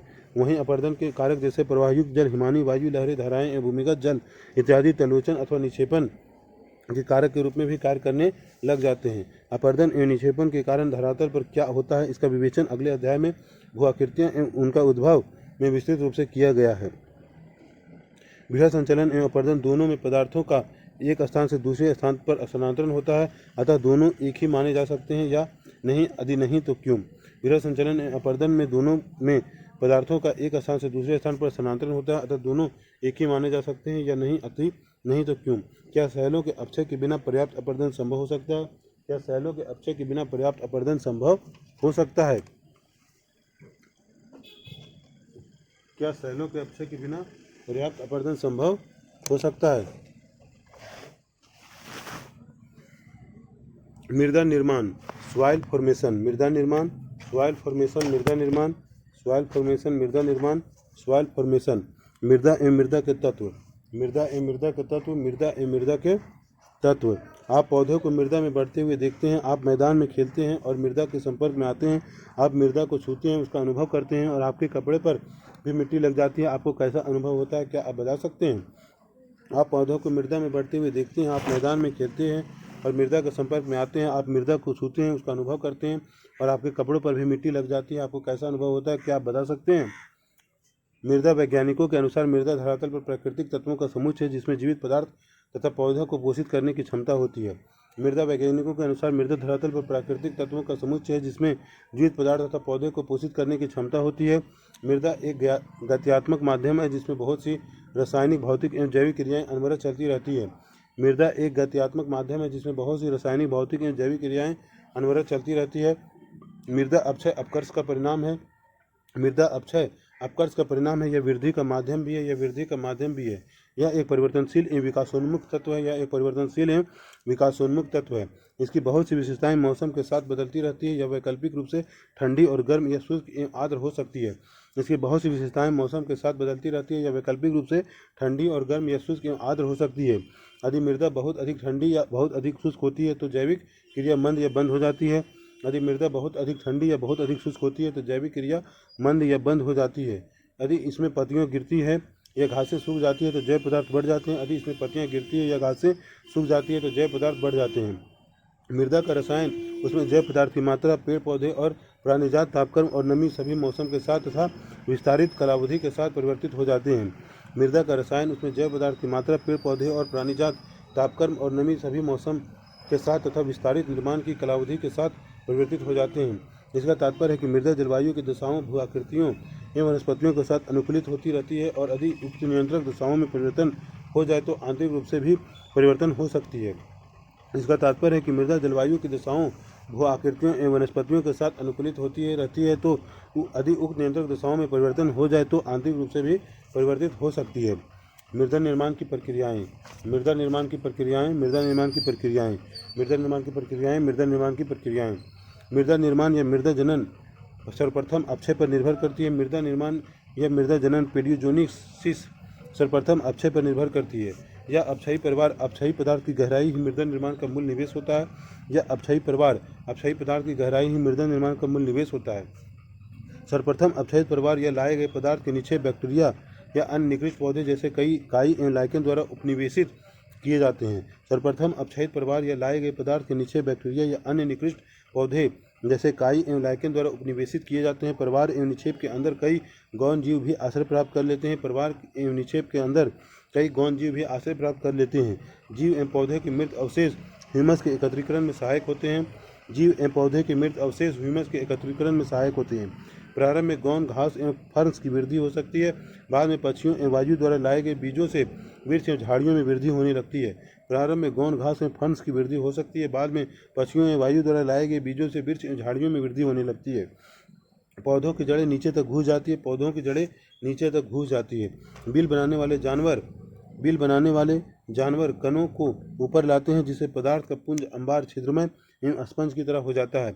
बिल बनाने वाले जानवर कणों को ऊपर लाते हैं, जिससे पदार्थों का पुंज छिद्रमय एवं स्पंज की तरह हो जाता है। इस प्रकार जल धारण करने की क्षमता, वायु के प्रवेश आदि के कारण अंततः परिपक्व खनिज एवं जीव उत्पाद युक्त मृदा का निर्माण होता है। इस प्रकार जल धारण करने की क्षमता, वायु की प्रवेश आदि के कारण अंततः परिपक्व खनिज एवं जीव उत्पाद युक्त मृदा का निर्माण होता है। क्या अपक्षय मिट्टी के निर्माण के लिए पूर्ण रूप से उत्तरदायी है? यदि नहीं तो क्यों? पेडोलॉजी मृदा विज्ञान है एवं पेडोलॉजिस्ट एक मृदा वैज्ञानिक होता है। पेडोलॉजी मृदा विज्ञान है, पेडोलॉजिस्ट एक मृदा वैज्ञानिक होता है। पेडोलॉजी मृदा विज्ञान है, पेडोलॉजिस्ट एक मृदा वैज्ञानिक होता है। मृदा निर्माण के कारक, मृदा निर्माण के कारक, मृदा निर्माण के कारक, मृदा निर्माण के कारक, मृदा निर्माण के कारक। मृदा निर्माण 5 मूल कारकों द्वारा नियंत्रित होता है। ये कारक हैं: पहला मूल पदार्थ शैलें, दूसरा स्थलाकृति, तीसरा जलवायु, चौथा जैविक क्रियाएं, पांचवा समय। मृदा निर्माण 5 मूल कारकों द्वारा नियंत्रित होता है। ये कारक है: पहला मूल पदार्थ शैलें, दूसरा स्थलाकृति, तीसरा जलवायु, चौथा जैविक क्रियाएं एवं पांचवा समय। मृदा निर्माण 5 मूल कारकों द्वारा नियंत्रित होता है। ये कारक है: पहला मूल पदार्थ शैलें, दूसरा स्थलाकृति, तीसरा जलवायु, चौथा जैविक क्रियाएं, पांचवा समय। वस्तुतः मृदा निर्माण कारक संयुक्त रूप से कार्यरत रहते हैं एवं एक दूसरे के कार्य को प्रभावित करते हैं। वस्तुतः मृदा निर्माण कारक संयुक्त रूप से कार्यरत रहते हैं, एक दूसरे के कार्य को प्रभावित करते हैं। इनका संक्षिप्त विवरण अधोलिखित है। जलवायु, जलवायु, जलवायु, जलवायु, जलवायु। जलवायु मृदा निर्माण में एक महत्वपूर्ण सक्रिय कारक है। जलवायु मृदा निर्माण में एक महत्वपूर्ण सक्रिय कारक है। जलवायु मृदा निर्माण में एक महत्वपूर्ण सक्रिय कारक है। मृदा के विकास में संलग्न जलवायु तत्वों में प्रमुख है: पहला पर्वतता, दूसरा वर्षा एवं वाष्पीकरण की बारंबारता व अवधि, तीसरा आर्द्रता, चौथा तापक्रम में मौसमी एवं दैनिक भिन्नता। मृदा के विकास में संलग्न जलवायु तत्वों में प्रमुख है: पहला पर्वतता, दूसरा वर्षा एवं वाष्पीकरण की बारंबारता, तीसरा आर्द्रता, चौथा तापक्रम में मौसमी एवं दैनिक भिन्नता। मृदा के विकास में संलग्न जलवायु तत्वों में प्रमुख है: पर्वतता, दूसरा वर्षा एवं वाष्पीकरण की बारंबारता व अवधि, तीसरा आर्द्रता, चौथा तापक्रम में मौसमी एवं दैनिक भिन्नता। मृदा के विकास में संलग्न जलवायु तत्वों में प्रमुख है: पहला पर्वतता, दूसरा वर्षा एवं वाष्पीकरण की बारंबारता व अवधि, तीसरा आर्द्रता, चौथा तापक्रम में मौसमी एवं दैनिक भिन्नता। मृदा के विकास में संलग्न जलवायु तत्वों में प्रमुख है: पहला पर्वतता, दूसरा वर्षा एवं वाष्पीकरण की बारंबारता व अवधि, तीसरा आर्द्रता, चौथा तापक्रम में मौसमी एवं दैनिक भिन्नता। मूल पदार्थ ऑब्लिक सैल, मूल पदार्थ ऑब्लिक सैल, मूल पदार्थ ऑब्लिक सैल, मूल पदार्थ ऑब्लिक सैल, मूल पदार्थ ऑब्लिक सैल। मृदा निर्माण में मूल सेल एवं निष्क्रिय नियंत्रक कारक है। मृदा निर्माण में मूल सेल एक निष्क्रिय नियंत्रक कारक है। मृदा निर्माण में मूल सेल एक निष्क्रिय नियंत्रक कारक है। मूल सेल कोई भी स्वस्थानीय या उसी स्थान पर अपेक्षित अपक्षयित सेल, मलबा, अवशिष्ट मृदा या लाए गए निक्षेप परिवहनकृत मृदा हो सकती है। मूल सेल कोई भी स्वस्थानीय इन सिटू या उसी स्थान पर अपक्षयित सेल, मलबा, अवशिष्ट मृदा या लाए गए निक्षेप परिवहनकृत मृदा हो सकती है। मूल सेल कोई भी स्थानीय इन सिटू या उसी स्थान पर अपक्षयित सेल, मलबा, अवशिष्ट मृदा या लाए गए निक्षेप परिवहनकृत मृदा हो सकती है। मृदा निर्माण गठन, मलबा के आकार संरचना, एकल ऑब्लिक पृथक कणों, मलबा के कणों का विन्यास तथा सेल निक्षेप के खनिज एवं रासायनिक संयोजन पर निर्भर करता है। मृदा निर्माण गठन, मलबा के आकार संरचना, एकल ऑब्लिक पृथक कणों, मलबा के कणों का विन्यास तथा सेल निक्षेप के खनिज एवं रासायनिक संयोजन पर निर्भर करता है। मूल पदार्थ के अंतर्गत अपक्षय की प्रकृति एवं उसकी दर तथा आवरण की गहराई मोटाई प्रमुख विचारणीय तत्व होते हैं। मूल पदार्थ के अंतर्गत अपक्षय की प्रकृति एवं उसकी दर तथा आवरण की गहराई मोटाई प्रमुख विचारणीय तत्व होते हैं। हर हर महादेव। मूल पदार्थ ऑब्लिक सेल, पेरेंट मटेरियल, मूल पदार्थ ऑब्लिक सेल, पेरेंट मटेरियल, मूल पदार्थ ऑब्लिक सेल, मूल पदार्थ ऑब्लिक सेल। मृदा निर्माण में मूल सेल एक निष्क्रिय नियंत्रक कारक है। मृदा निर्माण में मूल सेल एक निष्क्रिय नियंत्रक कारक है। मूल सेल कोई भी स्वस्थानीय या उसी स्थान पर अपक्षयित सेल, मलबा, अवशिष्ट मृदा या लाए गए निक्षेप परिवहन मृदाकृत हो सकती है। मूल सेल कोई भी स्वस्थानीय इन सिटू या उसी स्थान पर अपक्षयित सेल, मलबा, अवशिष्ट मृदा या लाए गए निक्षेप परिवहनकृत मृदा हो सकती है। मृदा निर्माण गठन, मलबा के आकार संरचना, एकल ऑब्लिक पृथक कणों ऑब्लिक मलबा के कणों का विन्यास तथा सेल निक्षेप के खनिज एवं रासायनिक संयोजन पर निर्भर करता है। मृदा निर्माण गठन, मलबा के आकार संरचना, एकल ऑब्लिक पृथक कणों के मलबा के कणों का विन्यास तथा सेल निक्षेप के खनिज एवं रासायनिक संयोजन पर निर्भर करता है। मूल पदार्थ के अंतर्गत अपक्षय की प्रकृति एवं उसकी दर तथा आवरण की गहराई और मोटाई प्रमुख विचारणीय तत्व होते हैं। मूल पदार्थ के अंतर्गत अपक्षय की प्रकृति एवं उसकी दर तथा आवरण की गहराई और मोटाई प्रमुख विचारणीय तत्व होते हैं। समान आधार शैल पर मृदाओं में अंतर हो सकता है तथा असमान आधार तल पर असमान मृदाएं मिल सकती है। समान आधार शैल में मृदाओं में अंतर हो सकता है तथा असमान आधार तल पर समान मृदाएं मिल सकती है। परंतु जब मृदाएं बहुत नूतन तथा पर्याप्त परिपक्व नहीं होती तो मृदाओं एवं मूल शैलों के इस प्रकार में घनिष्ठ संबंध होता है। परंतु जब मृदाएं बहुत नूतन तथा पर्याप्त परिपक्व नहीं होती तो मृदाओं एवं मूल शैलों के प्रकार में घनिष्ठ संबंध होता है। कुछ चूना क्षेत्रों में भी जहाँ अपक्षय प्रक्रियाएं विशिष्ट एवं विचित्र होती है, मीडियम मूल शैल से स्पष्ट संबंध दर्शाती है। कुछ चूना क्षेत्रों लाइमस्टोन एरिया में भी जहाँ अपक्षय प्रक्रियाएं विशिष्ट एवं विचित्र होती है, मीडियम मूल शैल से स्पष्ट संबंध दर्शाती है। स्थलाकृति अब्लिक उच्चावच टोपोग्राफी स्थलाकृति अब्लिक उच्चावच टोपोग्राफी स्थलाकृति अब्लिक उच्चावच टोपोग्राफी स्थलाकृति अब्लिक उच्चावच टोपोग्राफी। मूल शैल की भांति स्थलाकृति भी एक दूसरा निष्क्रिय नियंत्रण कारक है। मूल शैल की भांति स्थलाकृति भी एक दूसरा निष्क्रिय नियंत्रण कारक है। स्थलाकृति मूल पदार्थ के आच्छादन अथवा अनावृत होने को सूर्य की किरणों के संबंध में प्रभावित करती है तथा स्थलाकृति धरातलीय एवं उपसतही अपरवाह की प्रक्रिया को मूल पदार्थ के संबंध में भी प्रभावित करती है। स्थलाकृति मूल पदार्थ के आच्छादन अथवा अनावृत होने को सूर्य की किरणों के संबंध में प्रभावित करती है तथा स्थलाकृति धरातलीय एवं उपसतही अपरवाह की प्रक्रिया को मूल पदार्थ के संबंध में भी प्रभावित करती है। तीव्र ढालों पर मृदा छिछली तथा सपाट उच्च क्षेत्रों में गहरी और मोटी होती है। तीव्र ढालों पर मृदा छिछली तथा सपाट उच्च क्षेत्रों में गहरी और मोटी होती है। निम्न ढालों में जहाँ अपर्दन मंद तथा जल का परिसर्वन अच्छा रहता है, मृदा निर्माण बहुत अनुकूल होता है। निम्न ढालों में जहाँ अपर्दन मंद तथा जल का परिसर्वन अच्छा रहता है, मृदा निर्माण बहुत अनुकूल होता है। सपाट और समतल क्षेत्रों में चिका मिट्टी के मोटे स्तर का विकास हो सकता है तथा जैव पदार्थ के अच्छे एकत्रीकरण के साथ मिट्टी और मृदा का रंग भी गहरा काला हो सकता है। सपाट और समतल क्षेत्र में चिका मिट्टी क्ले के मोटे स्तर का विकास हो सकता है तथा जैव पदार्थ के अच्छे एकत्रीकरण के साथ मिट्टी और मृदा का रंग भी गहरा काला हो सकता है। मध्य अक्षांशों में दक्षिणोन्मुख सूर्य की किरणें से अनावृत ढालों की वनस्पति तथा मृदा की दशा भिन्न होती है तो एवं उत्तरोन्मुख ठंडे नम दशाओं वाले ढालों पर अन्य प्रकार की मिट्टी एवं वनस्पति मिलती है। मध्य अक्षांशों में दक्षिणोन्मुख सूर्य की किरणें से अनावृत ढालों की वनस्पति तथा मृदा की दशा भिन्न होती है एवं उत्तरोन्मुख ठंडे नम दशाओं वाले ढालों पर अन्य प्रकार की मिट्टी एवं वनस्पति मिलती है। जैविक क्रियाएं जैविक क्रियाएं जैविक क्रियाएं जैविक क्रियाएं जैविक क्रियाएं वनस्पति आवरण एवं जीव जो मूल पदार्थों पर प्रारंभ तथा बाद में भी विद्यमान रहते हैं, मृदा में जैव पदार्थ नमी धारण करने की क्षमता तथा नाइट्रोजन इत्यादि जोड़ने में सहायक होते हैं। वनस्पति आवरण एवं जीव जो मूल पदार्थों पर प्रारंभ तथा बाद में भी विद्यमान रहते हैं, मृदा में जैव पदार्थ नमी धारण की क्षमता तथा नाइट्रोजन इत्यादि जोड़ने में भी सहायक होते हैं। मृत पौधे मृदा को सूक्ष्म विभाजित जैव पदार्थ ह्यूमस प्रदान करते हैं। मृत पौधे मृदा को सूक्ष्म विभाजित जैव पदार्थ ह्यूमस प्रदान करते हैं। कुछ जैविक अम्ल जो ह्यूमस बनने की अवधि में निर्मित होते हैं, मृदा के मूल पदार्थों के खनिजों के विनियोजन में सहायता करते हैं। कुछ जैविक अम्ल जो ह्यूमस बनने की अवधि में निर्मित होते हैं, मृदा के मूल पदार्थों के खनिजों के विनियोजन में सहायता करते हैं। बैक्टीरियल कार्य की गहनता ठंडी एवं गर्म जलवायु की मिट्टियों में अंतर को दर्शाती है। बैक्टीरियल कार्य की गहनता ठंडी एवं गर्म जलवायु की मिट्टियों में अंतर को दर्शाती है। ठंडी जलवायु में ह्यूमस एकत्रित हो जाता है क्योंकि यहाँ बैक्टीरियल वृद्धि धीमी होती है। ठंडी जलवायु में ह्यूमस एकत्रित हो जाता है क्योंकि यहाँ बैक्टीरियल वृद्धि धीमी होती है। उप आर्कटिक एवं टुंड्रा जलवायु में निम्न बैक्टीरियल क्रियाओं के कारण अवयोजित जैविक पदार्थों के साथ पीट के संस्तर विकसित हो जाते हैं। अब उप आर्कटिक एवं टुंड्रा जलवायु में निम्न बैक्टीरियल क्रियाओं के कारण अवयोजित जैविक पदार्थों के साथ पीट के संस्तर विकसित हो जाते हैं। आर्द्र उष्ण एवं भूमध्य रेखीय जलवायु में बैक्टीरियल वृद्धि एवं क्रियाएं सघन होती है तथा मृत वनस्पति शीघ्रता से ऑक्सीकृत हो जाती है, जिससे मृदा में ह्यूमस की मात्रा बहुत कम रह जाती है। आर्द्र उष्ण एवं भूमध्य रेखीय जलवायु में बैक्टीरियल वृद्धि की क्रियाएं सघन होती है तथा मृत वनस्पति शीघ्रता से ऑक्सीकृत हो जाती है, जिससे मृदा में ह्यूमस की मात्रा बहुत कम रह जाती है। बैक्टीरिया एवं मृदा के जीव हवा से गैसीय नाइट्रोजन प्राप्त कर उसे रासायनिक रूप में परिवर्तित कर देते हैं, जिसका पौधों द्वारा उपयोग किया जा सकता है। इस प्रक्रिया को नाइट्रोजन फिक्सेशन कहते हैं। बैक्टीरिया एवं मृदा के जीव हवा से गैसीय नाइट्रोजन प्राप्त कर उसे रासायनिक रूप में परिवर्तित कर देते हैं, जिसका पौधों द्वारा उपयोग किया जा सकता है।